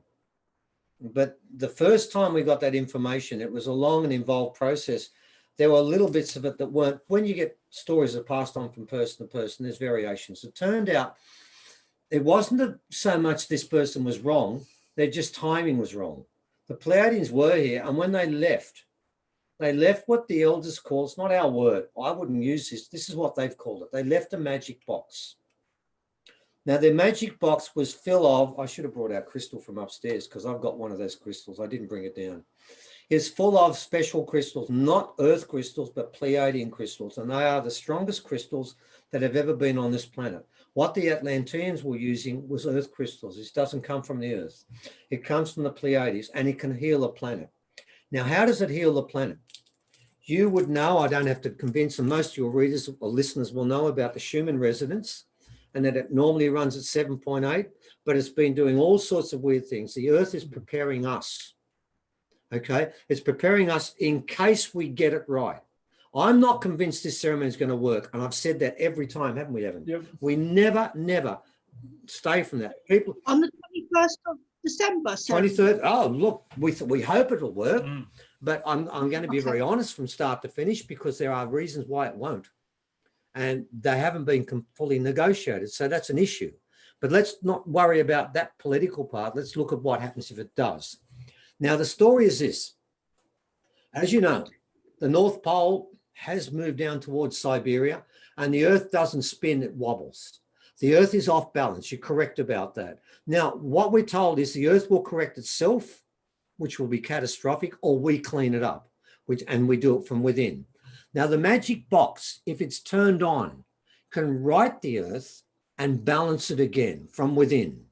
But if it can't be turned on, it will clear itself up and the water will go around 3 times and there won't be many humans left. And the ones that go behind will be the trash that hide in tunnels and come back, and the Earth will be much worse than it ever was. That's what's going to happen. That's one of 3 options. There are 2 that are bad and 1 that is good. I've got to tell you, the third option's worse than that. I know the keeper of the second option. You've met him too, haven't you? Yep. A black fella that keeps the second option. That's the water going around 3 times. He's preparing What's the for that. third option, Stephen? Sorry? What's the third option?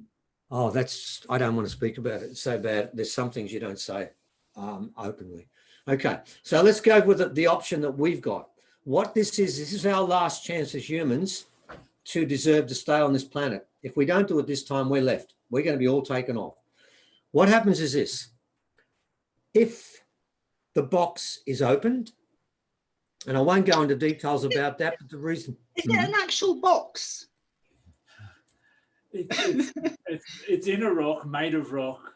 Near a rock called Uluru, and around it are rocks, and one of those rocks is a box inside of the crystal. So if you want to go and looking for a pirate's box, forget it, guys.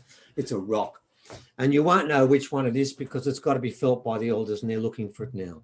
Okay. They call it a magic box, but I know it's not actually, because everyone says, I'll go and find the pirate box. It's nothing like that. You won't know where it is. You walk over it. It's a damn rock, for God's sake. And at Uluru is a big rock, and around it are other rocks. Well, one of those rocks is the right rock. And that's why they hid it in there, because anything else would be found, wouldn't it? And we don't want that. It's got to be placed in a way that you could never find it. So many people would have walked next to it or probably on it at some stages when they'd been there, but they wouldn't have known because it was a rock. And have the elders known about this for a long time, or is this new information to them? They have, but they started the ceremonies 9 years ago, we're told. Okay. You just can't do this ceremony first. You have to do lead-up ceremonies. We've been told that for the last 9 years, they've been doing quiet ceremonies. You see, we met one person who's known about this for 5 years and never said a word until about 5 months ago when they sought us out. Our job is we can assist in one part of this, in opening the box. That's all. But they need us for that. Once it's opened, that's the tricky part. If it is turned on properly, what then happens is the Schumann resonance runs twice. It becomes bifocal. You have the lower resonance of 7.8 that stays there, and then a second resonance picks up alongside it. Now, that's dangerous on a material level to have 2 different realities at the same time. It will eventually cause an explosion. You can't have that. It's going to contradict all the laws of nature and science to do this to happen. The quantum physicists say there's 11 dimensions. There will be a 12th for a period of time. Now, what then happens is this. The higher vibration, if the box is turned on, it kicks on at 9:02 or whenever this is going to happen on that day, and it starts running. And it might start running in the morning. 9:02 in the morning. Evening. Evening. I mean, evening in Australia, 9:02 at Uluru in the middle of Australia. That's the date there. The dates will change all around the world from there. But if you need to know what your time is from there, then you work it out from Uluru and they just punch it up in the computer, which Evan could do that I couldn't. Now, what then happens is that higher vibration then slowly builds up. Now, the reason why people are going crazy at the moment is because of the vibrations that's taking place, because a lot of people can't handle it. Now, what's going to happen is that from that point onwards, I thought from that point, everyone goes one way or the other. That's what we thought, didn't we? Yeah. What they've said is from that point on, every day it gets harder for people to push away from the way that their soul is going to call them. Their soul will judge them. If they have not done the right thing, they will go to 7.8. Nothing can stop it. They can't say, I don't want to go there. I want to join the other team now. It doesn't work like that. Your soul will be a judge. It's what's called karma to the nth degree. This is where karma really does come home to roost. So the reason that it doesn't go to 150 to 200 straight away is virtually every soul and every being on this planet will be destroyed by that. Even those of us that are slightly awakened could not handle that. It's got to be gradual so we can get used to this. Living in a vibration of 200 as opposed to 7.8, that's a huge ask, and many won't be able to do it. So what then happens is that some gravitate towards the higher one, most gravitate towards the lower one. And this goes on. Can I just interrupt you there? Well, because I want to share something with you that I was also shown. I was shown that there are two, this is back in February. I was shown that there's two beams of energy hitting the earth at the moment. This was back in February. One is positive and one is negative. And these beams of energy, beams of light, are going to intensify and increase and intensify and increase until the point where the earth actually twists and divides and pulls apart. And one goes into a higher dimension, a higher frequency, a higher vibration, and the other stays where it is, or it drops into a lower frequency, a lower energy, a lower vibration. And that is how we end up with two earths, so to speak, on an energetic level, I would say. Okay, well, that could be right, because this is the part, as being a scientist, this part is very difficult for me because I can't fully grasp the idea of two different realities in the same place and time. That could be what happens, because this is the point. We will discuss on the day the after effects, and I've been given... I just have to say, Stephen, that I heard years ago that there would be two earths, and I could never get my head around it. And when I download the Pleiadians, they show me visually in images, so I get it. And when they showed me, well, they could be showing you a metaphor for what actually takes place, because what we've been asked many times, what happens to the people who don't make it? And there are different scenarios that have been given by different elders. And my take is this: I don't think any of them fully know. Okay. I've heard, and we'll talk about a lot of that on our online stuff, because there are 3 different ways it can be done. I personally think one of the 3 ways is the right one, the one I've been told. And I'll share that one because I've been told by one group this is what happens, which fits in with what you said. My understanding is this: I always had an issue with this, that, okay, let's just say, and I can tell you the percentage is incredibly low. Let's just say that they're right with their percentage, which is in single figures, by the way, right? It's not in double. What happens to the persons? Let's say it's 4%. What happens to the person who's 4.0001%, just missed out by one word? Do they get banished for eternity into some bad place because they just missed out? Okay, that for me has always been an issue, because there's going to be dividing lines somewhere, and some poor sod's going to be next online. And they're going to be with the Gates and the generals and stuff. And they're thinking, hang on for a sec, I'm not with them. So that's been an issue for me. One of the things I've been told is that when this split takes place, the souls that don't make it, they're not punished like you go to hell. It's not what it is. It's not even like that. It's to do with the fact that if you incarnated back on this planet, because it now resonates at 200, you die. Your soul would die because it can't cope in that high vibration. So you have to get yourself up to speed. And my take is that what I've been told is the ones who are taken away from here, because there's a time in the future, probably 3 years, 2 years, I don't know exactly, I don't know, where that lower vibration disappears. And when it does, everyone attached to it goes. Now, whether they get wiped out forever, heard that one, haven't I? Whether they go into the collective unconsciousness and they lose all their identity and become a new soul again, heard that one too, haven't we? We've heard them all.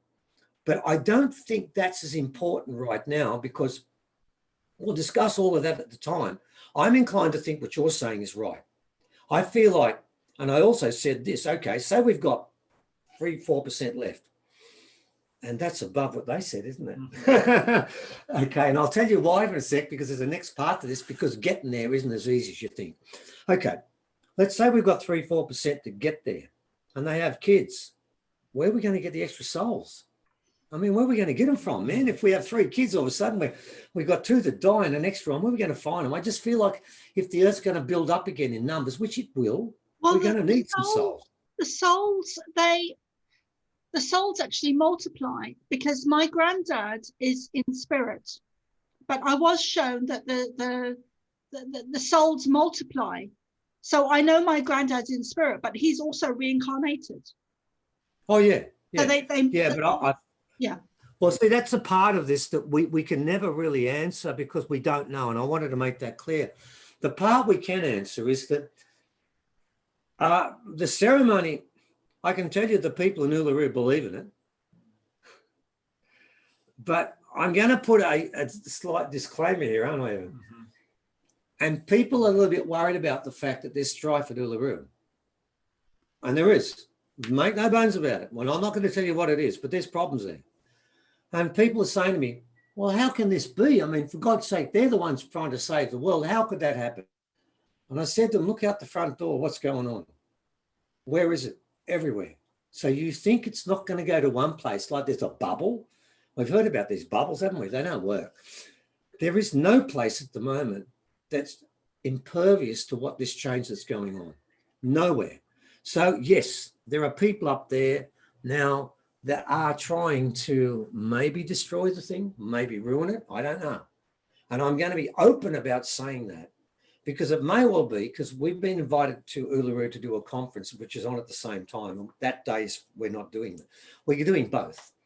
We may just do the conference. We may not even do the other part, because the part is, if we don't do the other part, then the ceremony won't happen.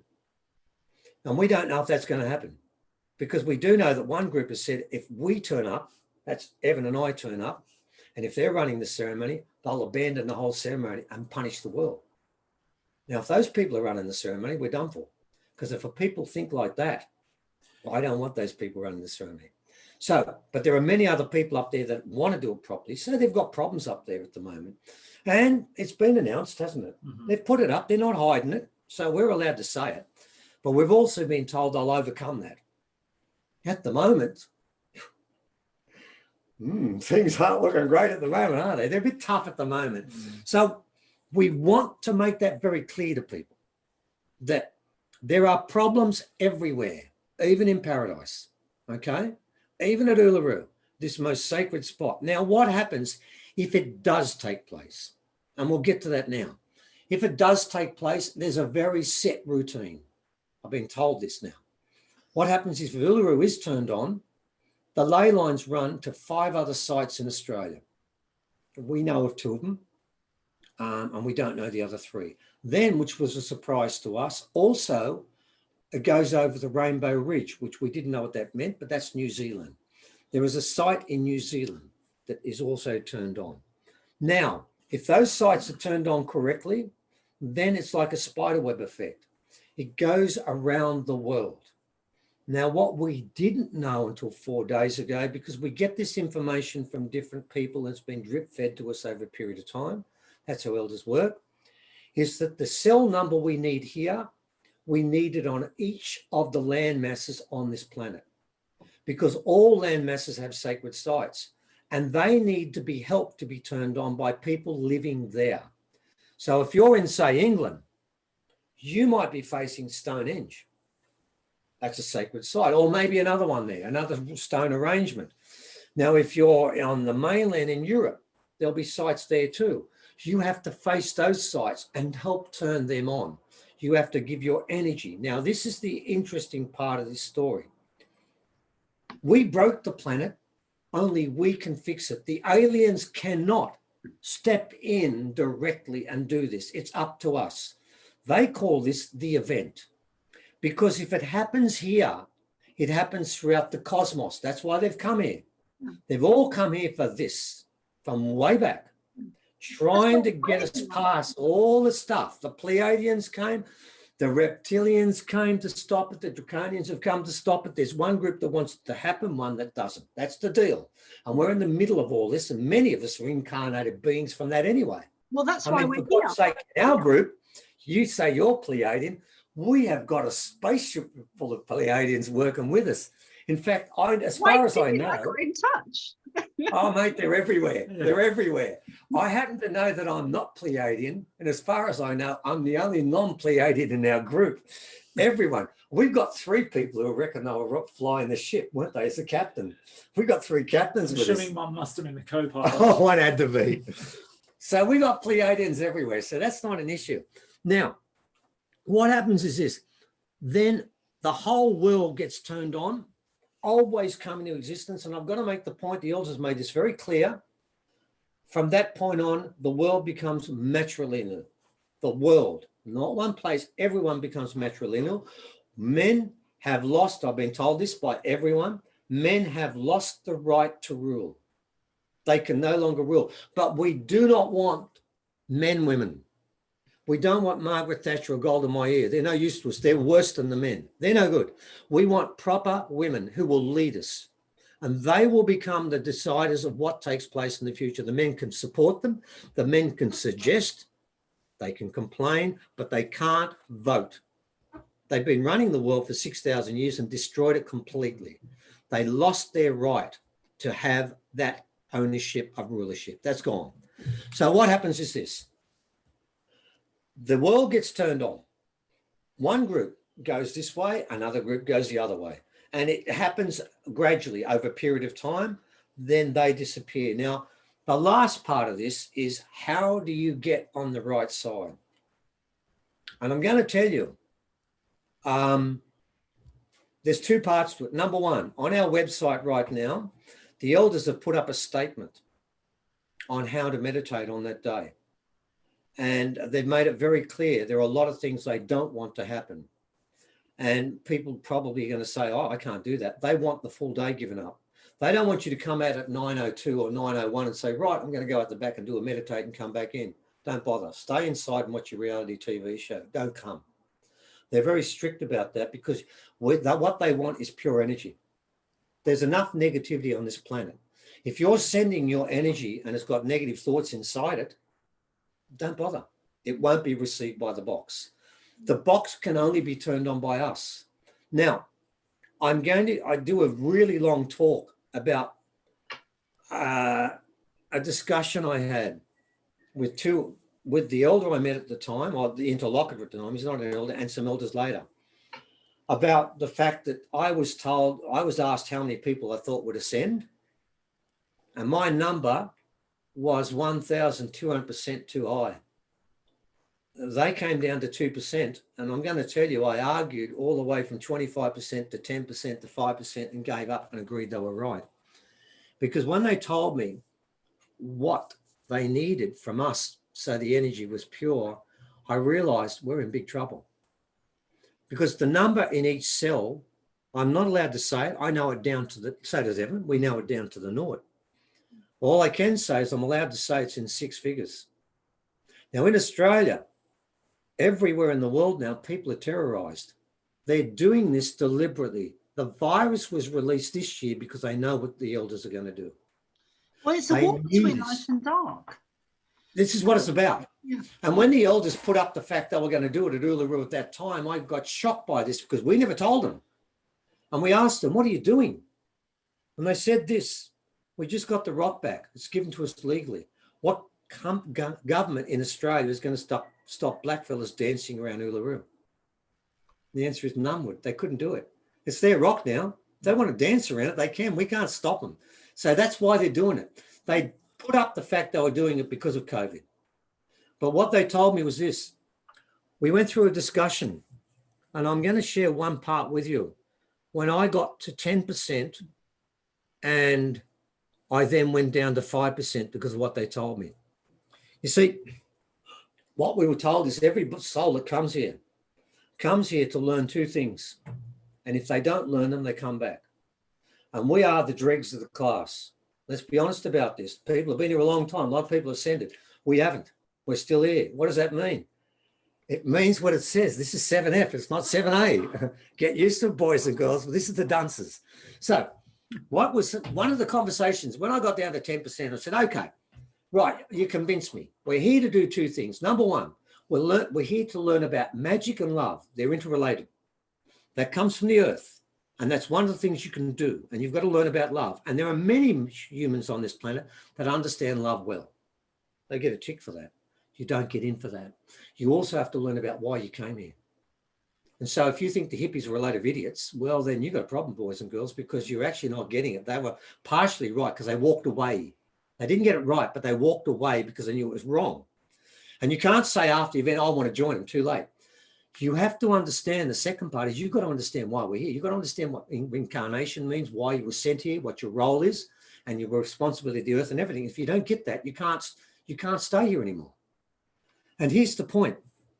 I remember at one stage, one of the conversation was, they said, and I said, yes, right. I said, I reckon 10% of the population, they get it. They know why they're here and they've got a bit of love in them. That puts them in. I said, they'd be right. And this person said, oh, will they? I said, definitely, I'm staying on 10%. And he said to me this is part of what I'm going to do on the day. I won't do all of it. He said to me, tell me, any of those people, do they ever run into idiots and fools? I said, well, it's planet Earth. I said, they're full of them. I said, do they run into them on a daily basis?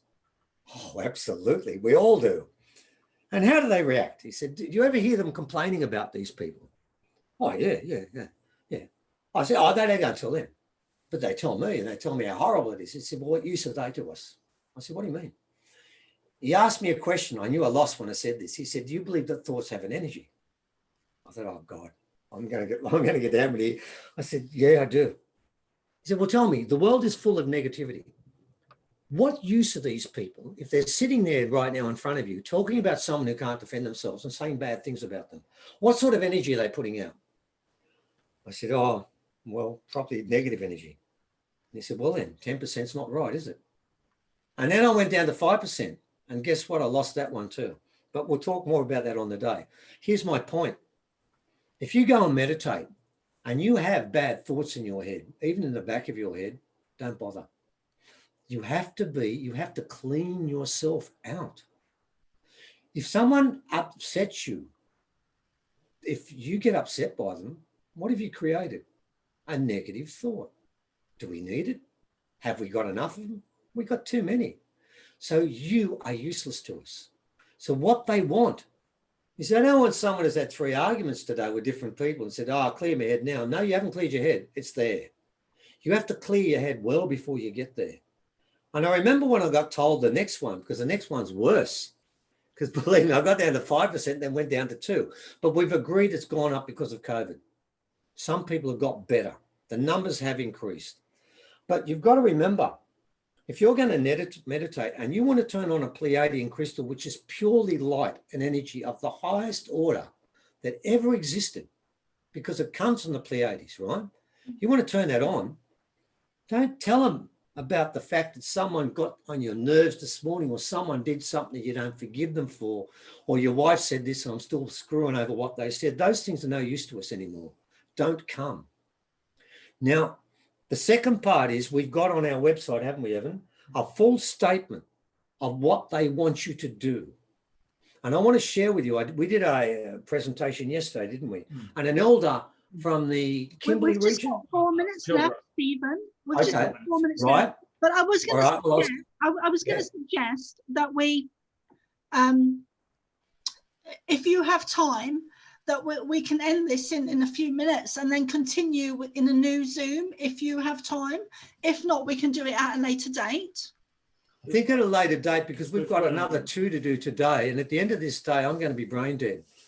Seriously, I've got an hour and a half one and another one past this. So if I keep going at the end of the day, at the end of this day, mate, I'll start to repeat myself every second word and I'll have to give him to help me.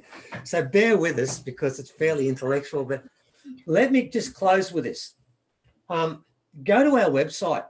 You don't even have to come. I don't want people to pay. If they can't pay $26 for Michael Tellinger and Klaus and stuff like that, that's cool. I get that.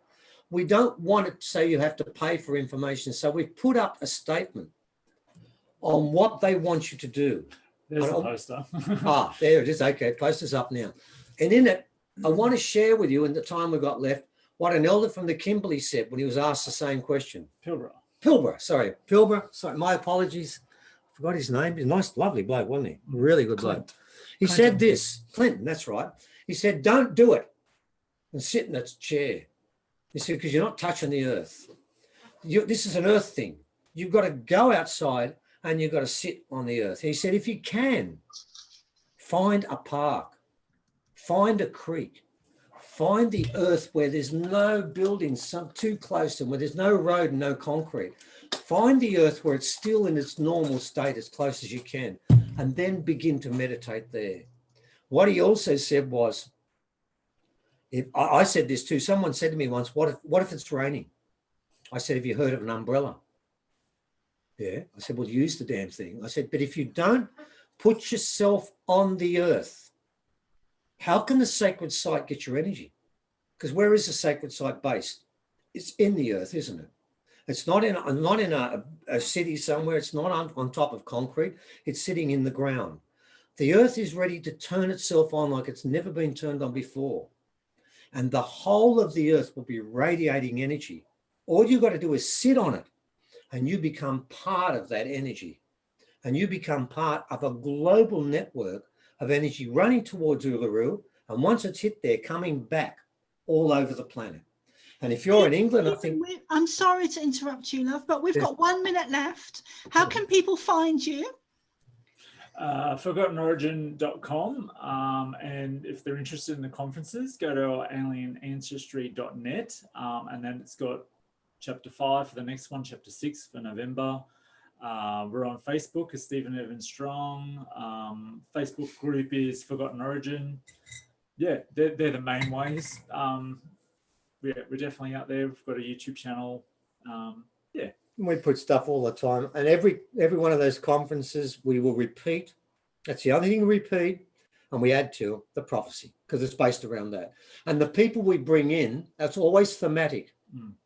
This one's going to be about what comes next. That's why Michael Tellinger is going to talk about Ubuntu. And that's why we have a lifesaver that saves people's life and has saved 5,500 people and set a world record for it. I want to find out what makes that male tick because all he ever does is smile at people. And I think men are the ones who are going to have to change the most. And we're using this particular man as an example of how men can change. So that particular one we're doing is a lot about what comes next after the change.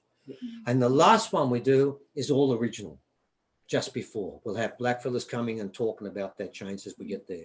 So that's what we're doing. We're trying to share this with the world and get the numbers up because we need those cells, the 60-figured cells in every landmass on this planet, be it England, be it Greenland, be it an island. And some of the islands, they won't have the numbers, but that doesn't matter. That's the best we can do. And if we don't have the numbers, we go to plan B and C. I know. I don't want to talk about and that's also one of the reasons I wanted to do this interview with you. I've taken us off live on Facebook, but we're still recording, so I will upload this to YouTube over the next couple of days. I wanted to ask you about because so during this interview talking to you, I've got a feeling that the crystal skulls are somehow connected to the the box, are they connected? Because I feel they're connected. Oh, no. Look, the crystal skulls are connected. The skulls we found that come from the Pleiades are connected.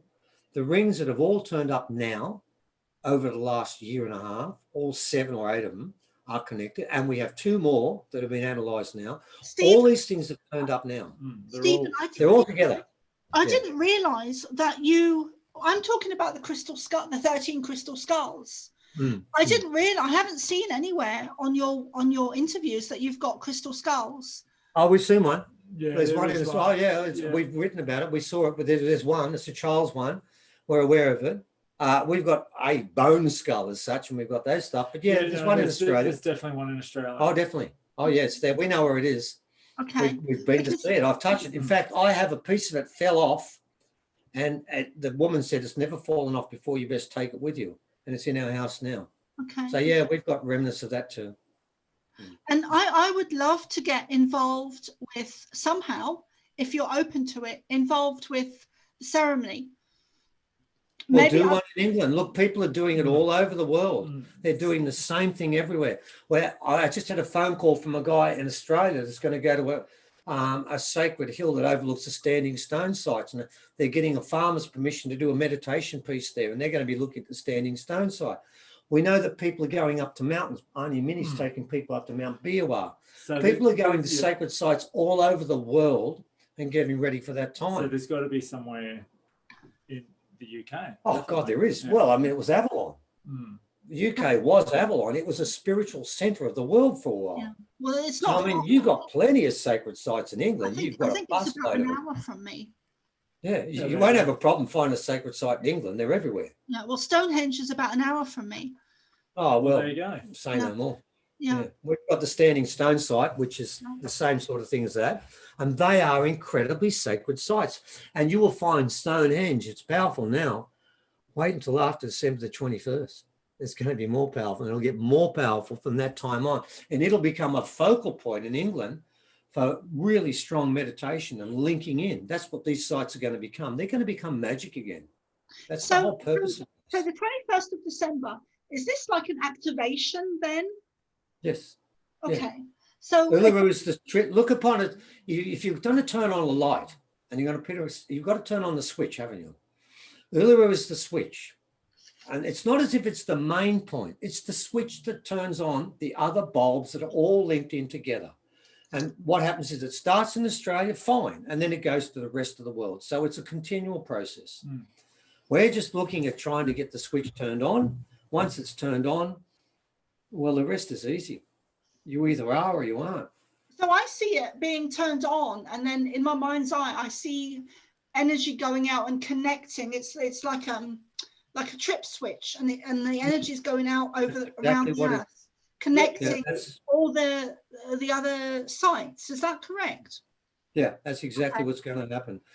As long as the ceremony comes off, and as long as all the problems they have, they get over. But everywhere in the world we have problems right now. There's no place that isn't suffering, and there's no place. It's never been like this before, because it has to be like this.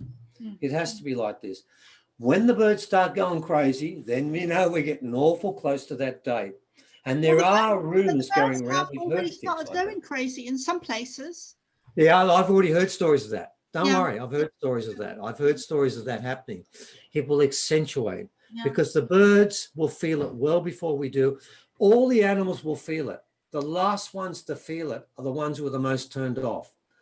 The so-called intelligent ones. We just can't feel the planet anymore. And the planet is crying out to us right now. So our job is to try and get the numbers up.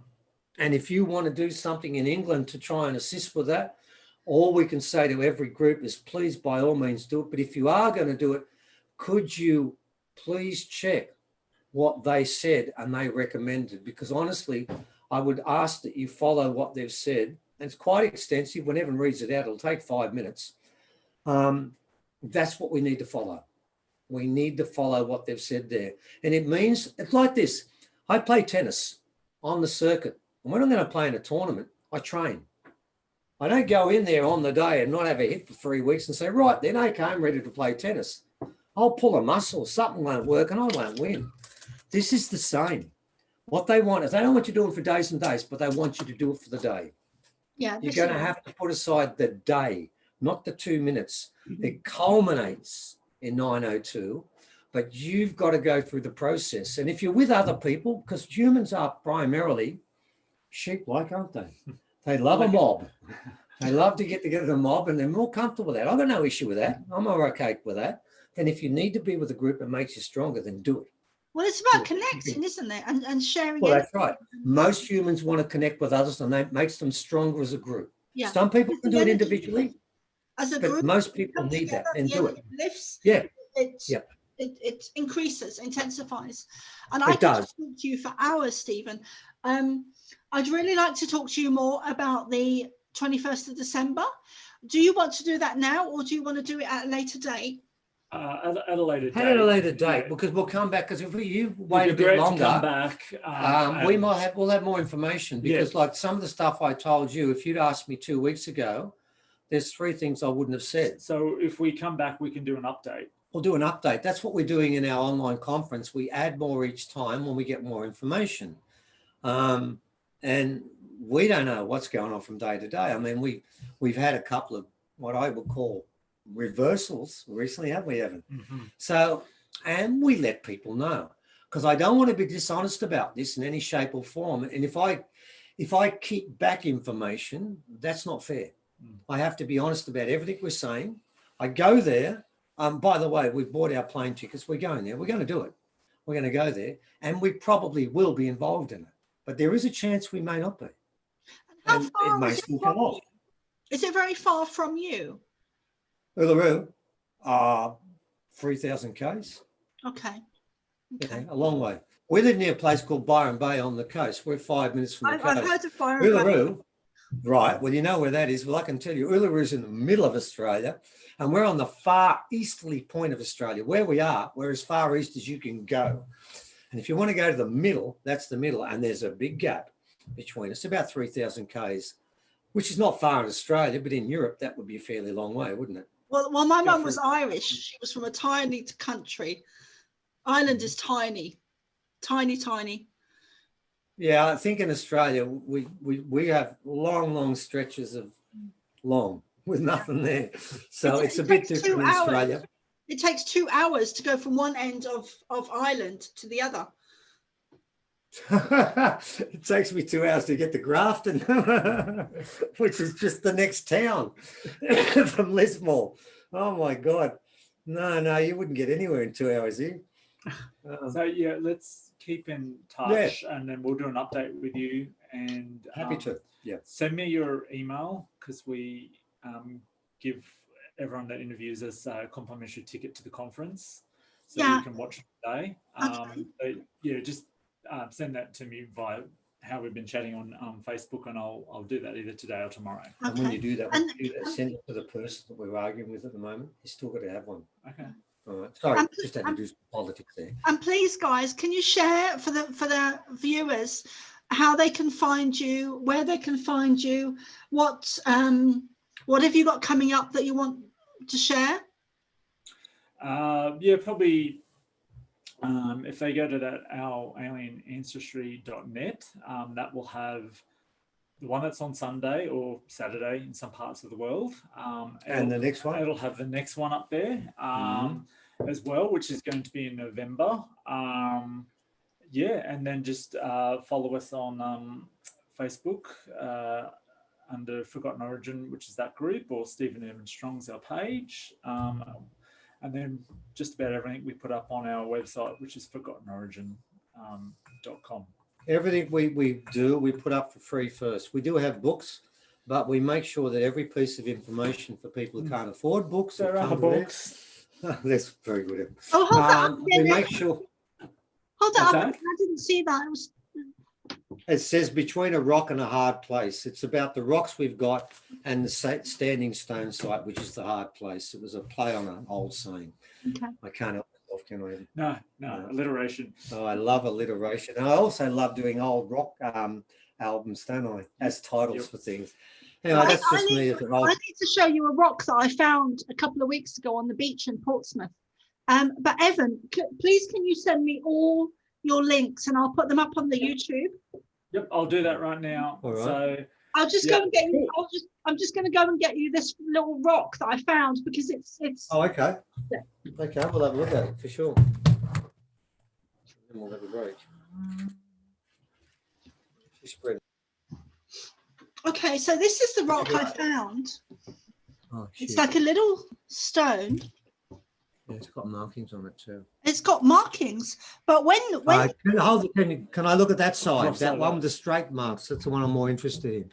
Okay, keep it still if you can. It's just hard to do it, isn't it? Yeah. Okay. Righto. Yeah. when you That's actually feel, artificial. when you feel it, these are engraved. Yeah, I can see it. No, it's Okay. engraved. That's what they do. No, that's been engraved. You've got to remember that our first language, What our is first it? language was telepathy. The second language was mathematics, which was lines and angles.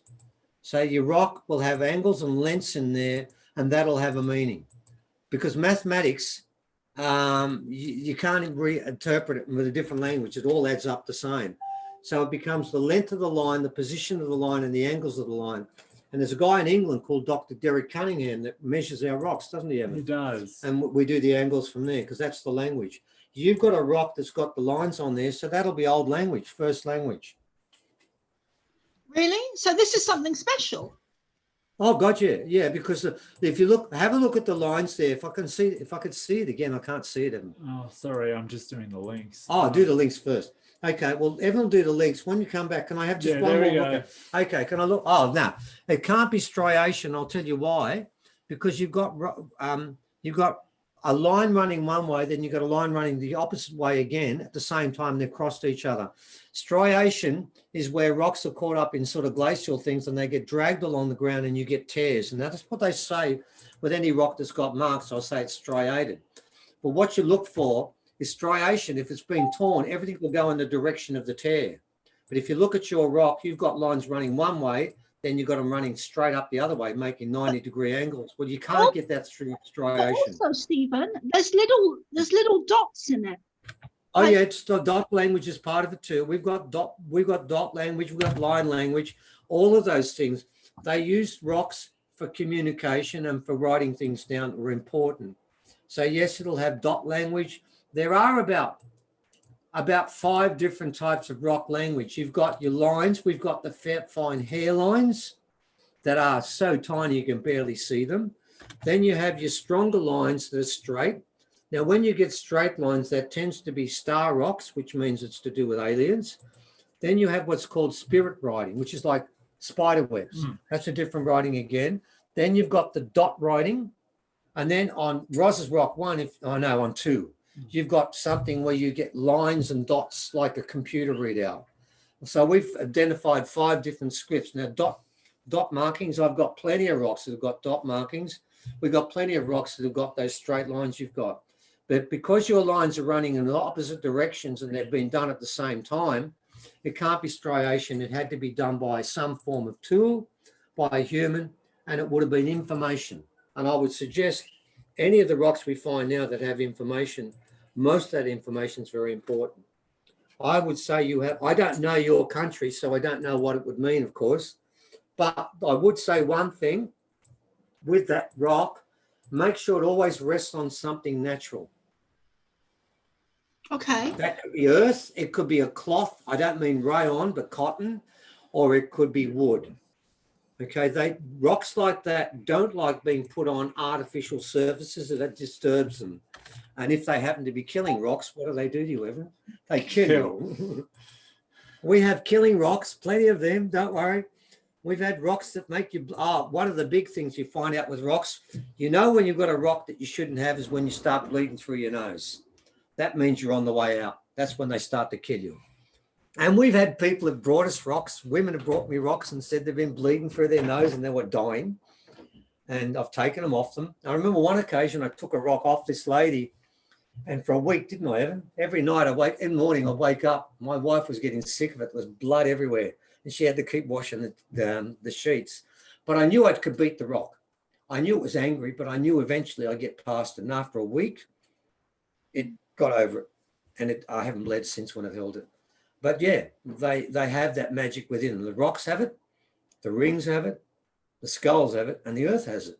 The only group that doesn't have the magic are humans. Funny about that. Well, let's got to hope get our that DNA back. changes. It's been so great to have you here. Thank you so much, Stephen and Evan. Pleasure. It's a pleasure. Did you hear that, Evan? Yep. Okay. Yeah. So let me know some dates when you're next available. And I'm really keen to get your information out there, because I think that you are game changers. I think you're game changers, and I just think it's amazing. It's okay for channels to, like myself, to come forward and give this information, but it needs to be backed up by science, by archaeology, by medicine, by technology. It needs to be backed up. It needs to be. When I was giving the ceremony, that's what the elders asked us to do. Yeah. They asked us, what they said was, you are a black fellow who can talk white fellow language, talk to them in a way they'll believe it. Give them the facts. So that's what we did. Yeah. And from the point that I was given that ceremony, then the facts just started coming. Now it's got to the stage where we got so much information. I mean, we're up to 15 artifacts at the moment, and we've got 2. The 2 that are going to get measured could be more amazing than even that ring the earring I've got. We've got some more coming in. And I think are we doing Billy Carson next week, Evan? I think so. Would you send him the article on that ring, please? Because he wants to do the article on the other piece of metal that's got 24%, but he doesn't know about this one. Sorry, yeah. I was just thinking about No, Billy that's Carson okay. next week. Yeah. Yeah, no, look, we're happy to come back. We'd love to come back again. As I said, give us a few weeks and we might have more stuff that's come in, and we will, and we'll talk about this some more. Yeah, Okay. No worries. Yeah, fantastic.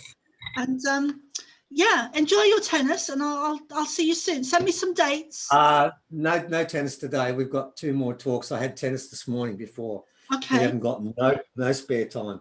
No, we're on today all day. And thanks so much. I appreciate your questions and your interview. It was a good one. I enjoyed it. Yeah, me too. Interview. Thanks, Stephen. Thank you, guys. No worries. Fantastic. Okay. I've sent you the links. Just send me your email address in that same chat box that we've been talking. I will do, Evan. Should I leave this here? Because we're back in a couple of hours, aren't we? I might leave it all here rather than take it away. Yeah. Anyway. All right. Thank you. Okay. Thank you so much. Talk soon. Bye for now. Bye.